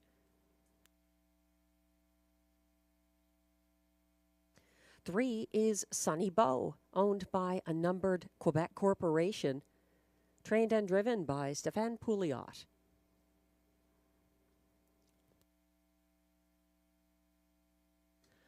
4 is the current 8-5 favorite, Dylan's Bank, owned and trained by John McMillan, driven by Marie-Claude Auger.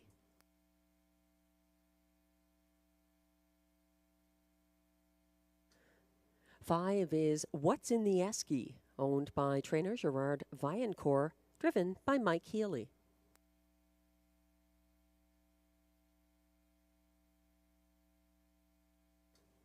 6 is Quan Blue Chip, owned, trained, and driven by Jeff Taylor.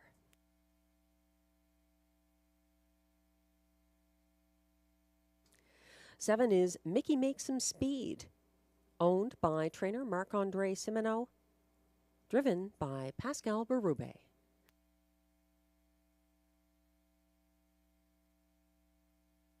8 is the Colt, owned by Dawn and Gordon Lee. Gordon Lee trains and drives.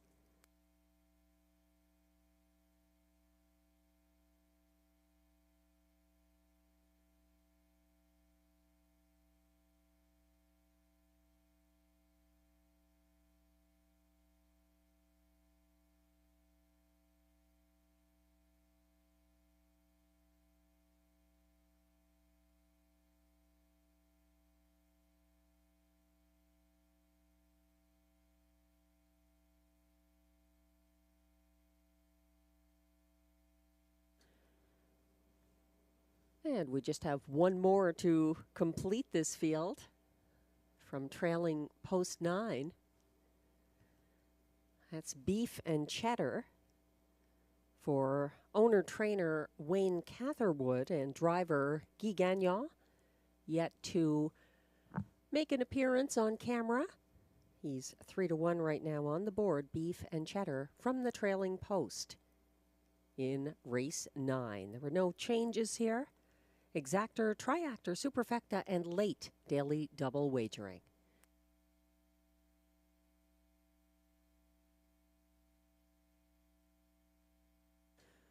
There were no changes in race 10 either, so both legs of the late daily double are clear. And here comes Beef and Cheddar from trailing post 9 in line to Guy Gagnon for owner-trainer Wayne Catherwood. Post time coming up shortly for our second last of opening night 2025 at Rideau Carleton.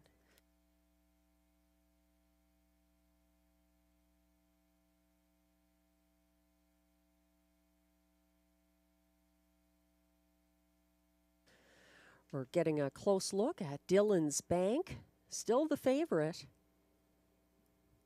on the basis of a powerful victory on the front end, March 13th at Flamborough. Others in here that Glenn Pearson and myself have taken a look at include the 7, Mickey Makes Some Speed. He broke stride when racing free-legged December 8th at this track, but qualified with the hobbles on here March 8th, gapping at the back of a 4-horse field in the fastest qualifier of the day, a 1:57 4 mile. He won on his previous class drop December 1st for the same connections, Pascal Berube and Marc-Andre Simoneau. 12-1, make that 11-1 right now on the 7, Mickey Makes Some Speed. 7-2 for the 3, Sonny Bow, who wired for Stéphane Pouliot March 8th in his Rideau qualifier. He was the winningest of this field last year with 8 victories and a front-end loving style. I see that setting up for a possible speed duel with Dillon's Bank for Sonny Bow from post 3. Waiting in the wings could be the trailer, number 9, Beef and Cheddar, starting from the second tier for the 3rd time in his life. He was off the board in those previous tries, but he's a versatile class dropper reunited with Guy Gagnon, aboard for his November 17th show finish here when he was a beaten 1-9 favorite. He's at the pocket behind the classy Stonebridge Hermes in their March 8th qualifier.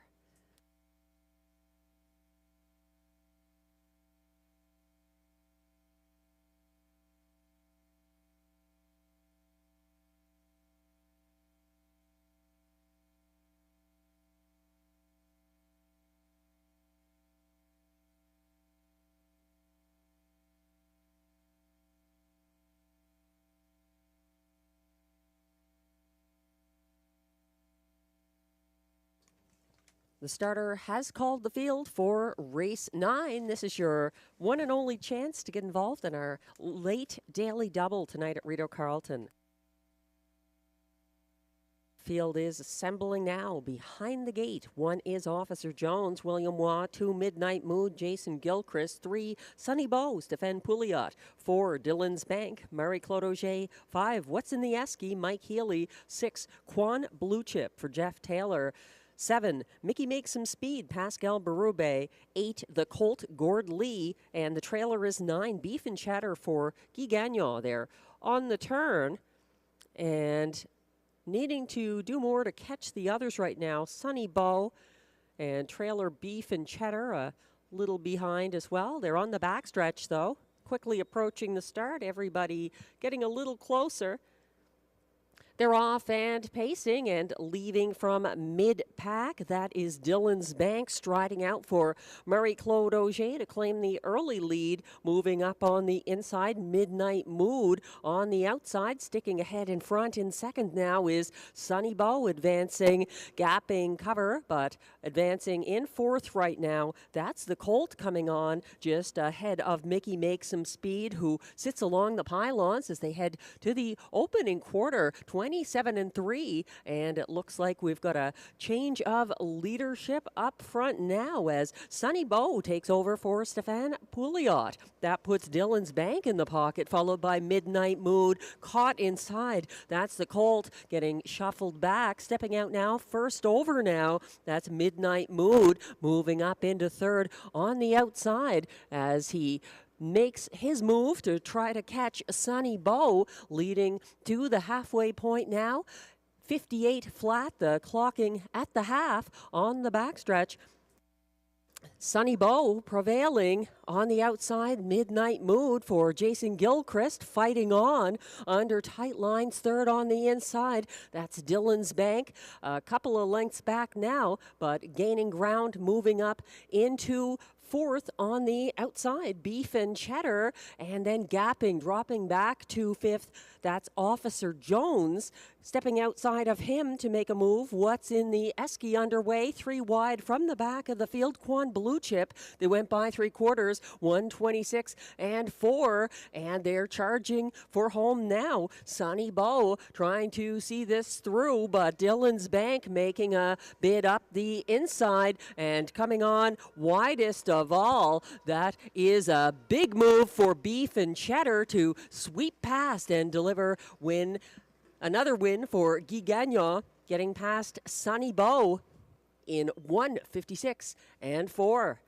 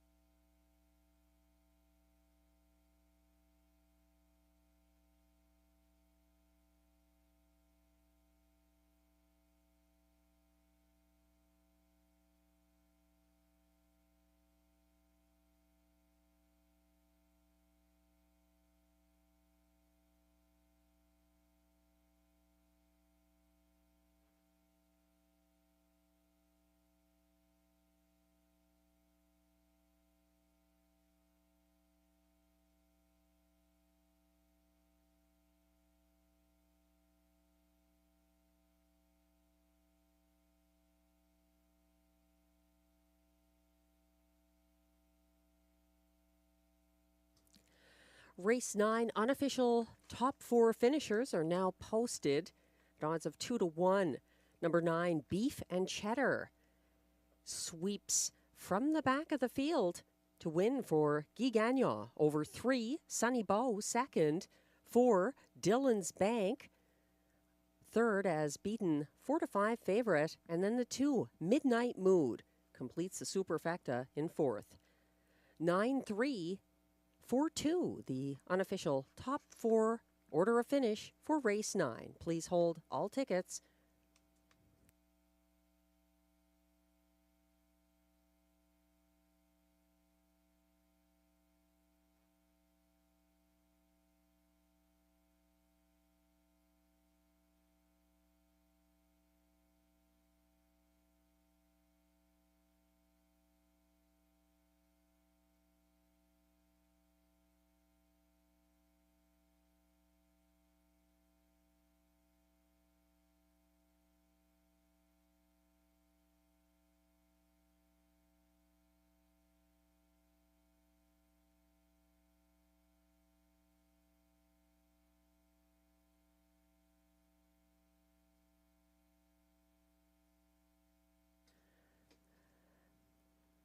Now walking back to the Rideau Carleton Winners Circle, unofficial race 9 winner, number 9, Beef and Cheddar.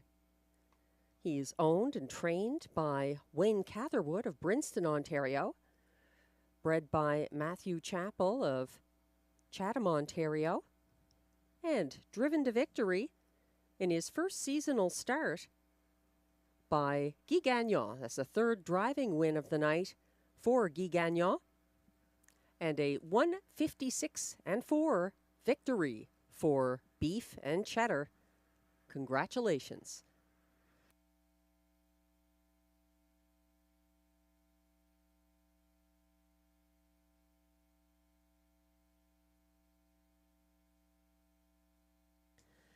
Race 9 results are now official.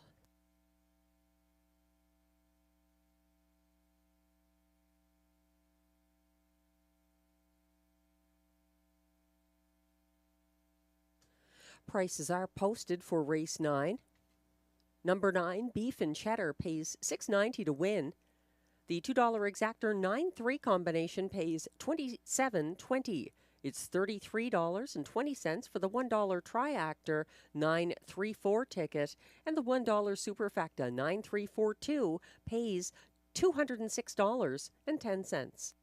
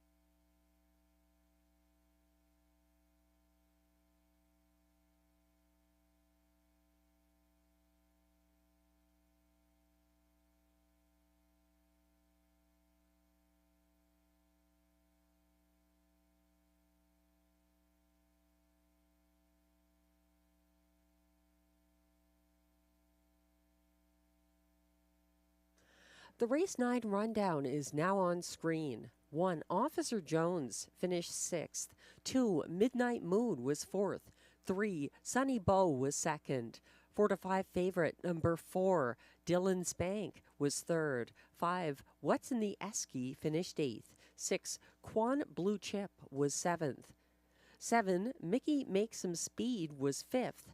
8, The Colt was 9th. And 9, Beef and Cheddar was the race winner for Guy Gagnon in his 3rd driving victory of the card. From the top down, your program should read 642-387-591. The fractions were 27 and 3 to the quarter, 58 flat at the half, 126 and 4 at 3/4, 156 and 4 the winning mile in the parimutuel 2025 debut of Beef and Cheddar.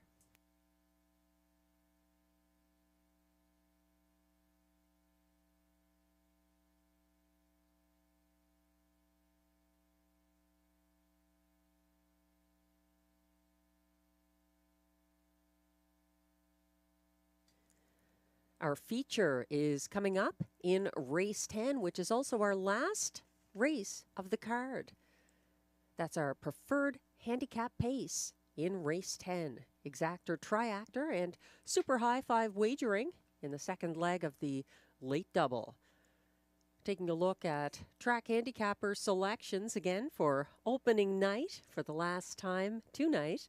Glenn Pearson believes in the light speed. He believes the light speed can overcome post position 8 to see this through for Guy Gagnon, 15-time winner last year, and our horse of the 2024 meet. The light speed currently 2-1 from that tough post. In the place spot, it's the 5, Light the Torch, for Marc-Andre Simoneau and Pascal Berube, who Glenn is using, ahead of the 7, Early Action, the going-away winner of a March 8th qualifier here for Guy Gagnon. Robert Shepard gets the drive tonight for the Mandy Archer trainee. Then he uses the 2, Stonebridge or Mez, for 4th, Jacques Baudouin's classy 6-year-old stallion, a winner of his March 8th qualifier at this track on the front end. To complete the high five for Glenn, he's going to the 4, Full Horse, for Catherine Girard and Stéphane Brosseau. Brosseau's only drive here this evening. I see it a little differently. I am using the 4, Full Horse on top, even money favorite right now. 4-time winner last season, lightly raced, and coming in off a qualifying win over Time to Dancing on March 15th. I'm using the light speed to place ahead of the 6, RJ's Super Freak, who has been a sensation since his Rideau arrival. He blew a hopple hanger on November 17th and has been almost unstoppable since then at this track. I'm using 5, Light the Torch, for 4th, and then Persistent Boy to complete my high five from the rail for Guy Waugh and William Waugh. He qualified quite well. He was gaining ground late on Tignanello, who ended up second tonight.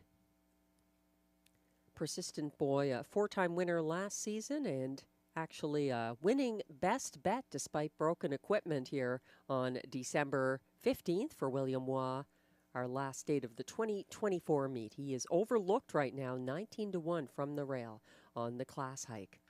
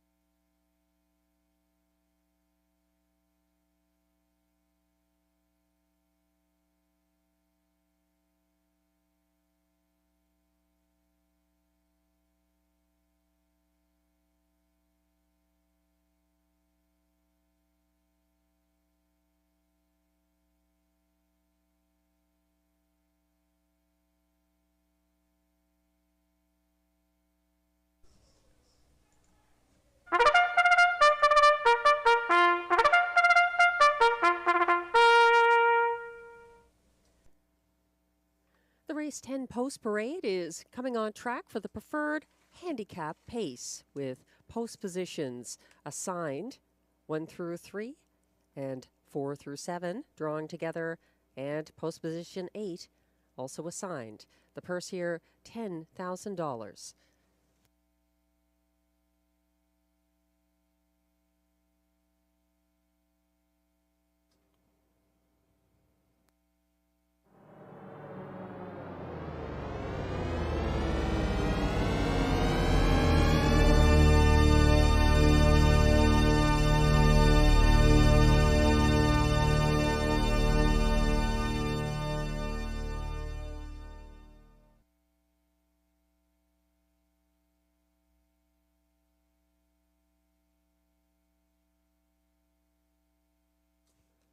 Number 1 is Persistent Boy, owned by Richard Desrosiers and Andre Desrochers, with driver, that is, William Waugh.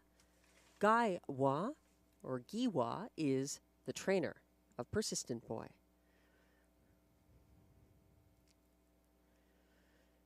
Two is Stonebridge Hermes, owned, trained, and driven by Jacques Baudouin.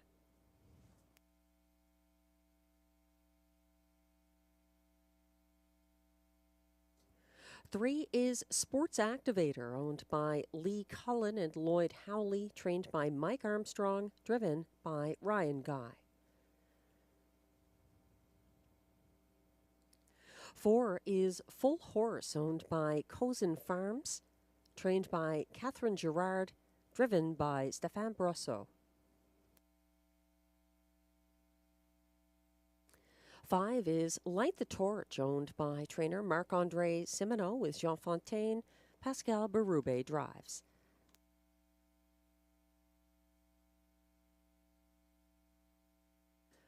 Six is RJ Super Freak, owned by trainer Eric Lafleur with Michel Blais. Marie-Claude Auger drives.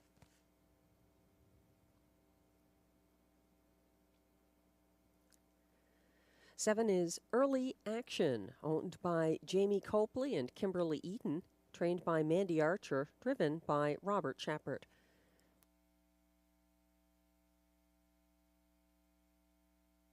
And completing the field, the current even money favorite in the 2024 Rideau Carleton Horse of the Year, number 8, The Light Speed, owned by Michel Nolette, trained and driven by Guy Gagnon.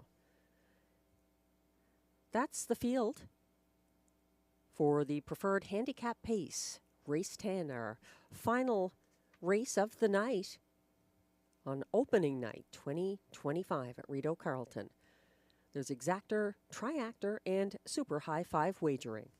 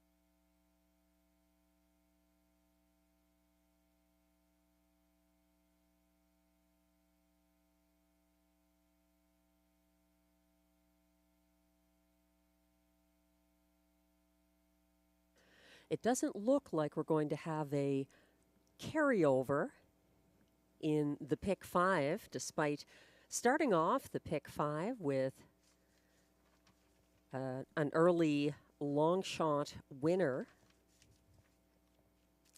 in race 7, Prospector's Gold, throwing a wrench into many tickets, but all bases appear to be covered here going into race 10 for the multi-legs, but some very nice prices ahead if your ticket should be the winner.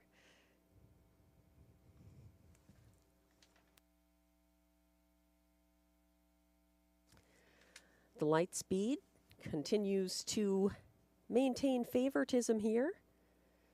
Despite post 8, he just missed at Mohawk in a front-end effort on a March 1st class drop. He's got a tough post, but some class relief here. And lots of back class for the Lightspeed, 3-2 right now.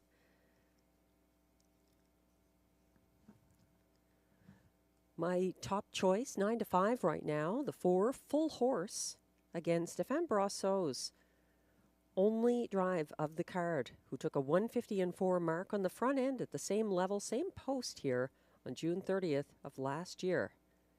He won his March 15th Rideau Qualifier, overtaking Time to Dancing late, closing in the field's fastest, 29 flat. And the starter has called the field for the preferred handicap pace. This is your last chance to wager tonight, and we thank all of those who did, making this opening night 2025 a success. From the inside out, the race 10 field. Number 1, Persistent Boy, William Waugh. 2, Stonebridge Hermes, Jacques Baudouin. 3, Sports Activator, Ryan Guy. 4, Full Horse, Stefan Brasseux. 5, Light the Torch, Pascal Berube. 6, RJ Super Freak, Marie-Claude Auger. 7, Early Action, Robert Shepard. And on the outside, number 8 is the Lightspeed for Guy Gagnon. They're on the turn and entering the backstretch. Perfectly lined up for the start.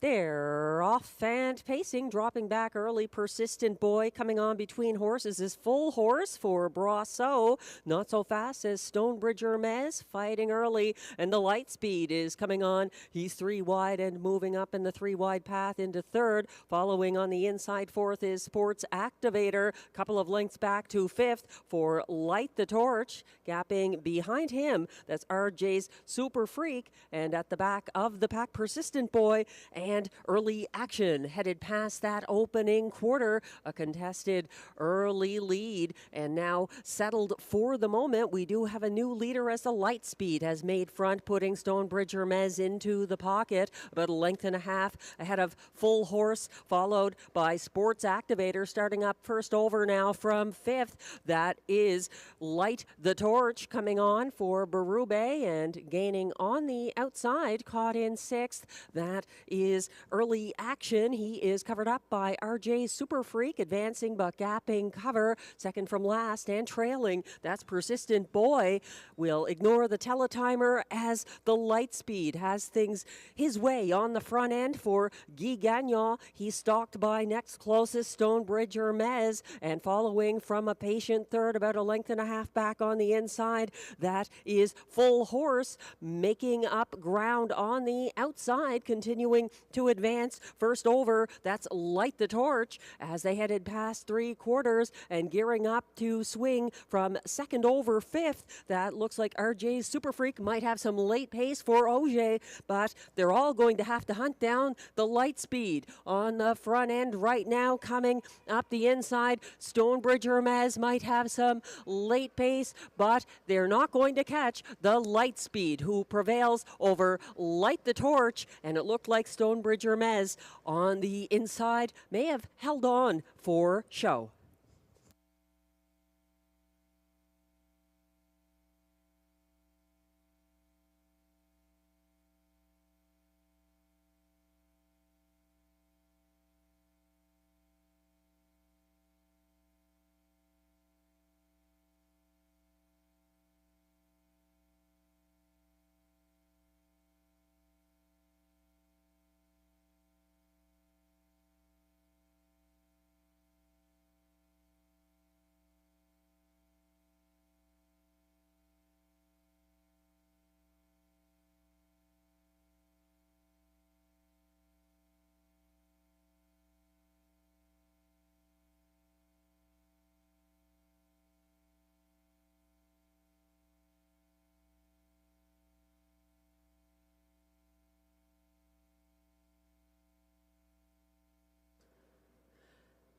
Correct fractions for race 10 appear on the infield teletimer. The opening quarter 27-1, the half 57 seconds flat, 1:25-3. The clocking at 3/4, 1:54-3. The winning mile in race 10 for the light speed.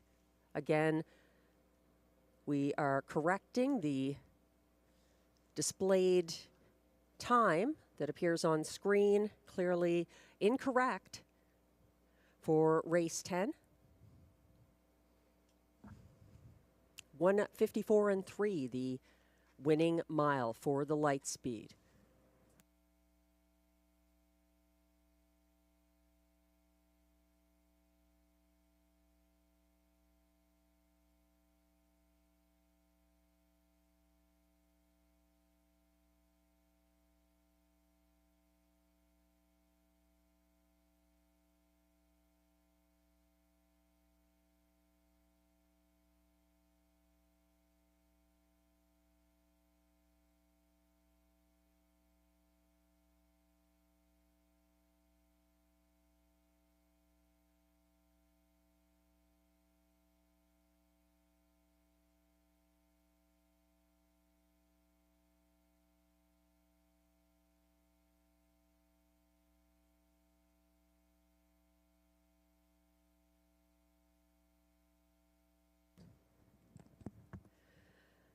Now returning to a very familiar place, unofficial race 10 winner, number 8, the light speed, a 7-year-old bay gelding by Moonbeam out of Jema, owned by Michel Nollet of Princeville, Quebec, also his breeder, trained and driven by Guy Gagnon.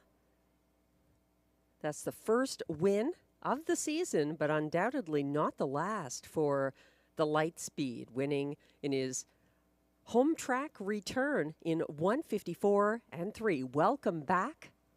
He's made a statement. The light speed. Driving win number 4 of the opening night card for Guy Gagnon. Unofficial top 5 results are now displayed on screen for race 10. The winner, the even money favorite, number 8, the light speed. Second was 5, Light the Torch. Third was 2, Stonebridger Mez. Closing for fourth was the 6, RJ's Super Freak. And completing the high 5 in fifth was 7, Early Action. So the unofficial top 5 order of finish for race 10, 8-5-2. 6, 7. Please hold all tickets. Results remain unofficial.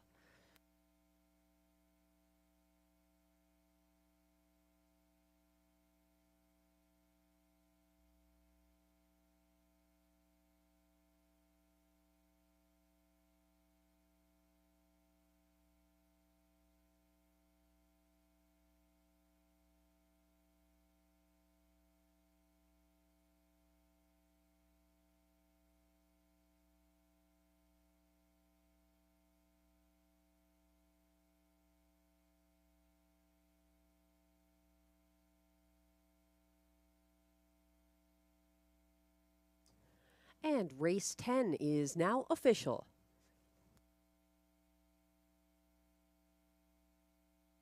Prices are posted for race 10. The winner, 8, the light speed, returns $4.20 to win. The $2 exactor will have to get back to the $1 pick 3 ending here. 3 of 3, $42.30, $982.75 if you had the $1 pick 4. If you had 4 of 4 for 20 cents, $196.55 for that 5, 6, 9, 8 combination. The 20-cent super high 5 here, 8, 5, 2, 6, 7, returns $236.73. That $2 exactor, 8.5, pays $16.70. The $1 try, $46.55 for the 852 ticket, and $20.80 for the $2 late double, 9.8.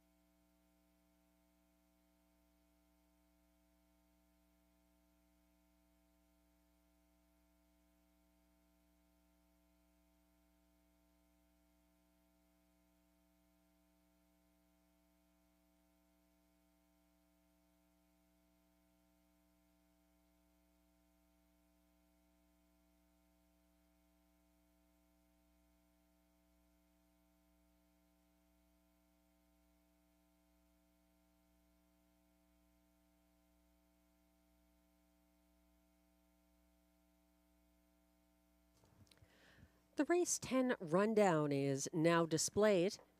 1, Persistent Boy finished 8th. 2, Stonebridge Meyers was 3rd. 3, Sports Activator was 7th. 4, Full Horse was 6th. 5, Light the Torch was 2nd. 6, RJ's Super Freak finished 4th. 7, Early Action was 5th. And 8, the Lightspeed was a front-end winning favorite at odds, even money odds, for Guy Gagnon. From the top down, your program should read 837-624-51. The corrected fractions, 27 and 1 to the opening quarter, 57 flat at the half, 125 and 3 at 3/4, 154 and 3, the winning mile, the first seasonal victory for the Lightspeed on his return to Rideau Carleton in his 7th start of the year. Congratulations and welcome back.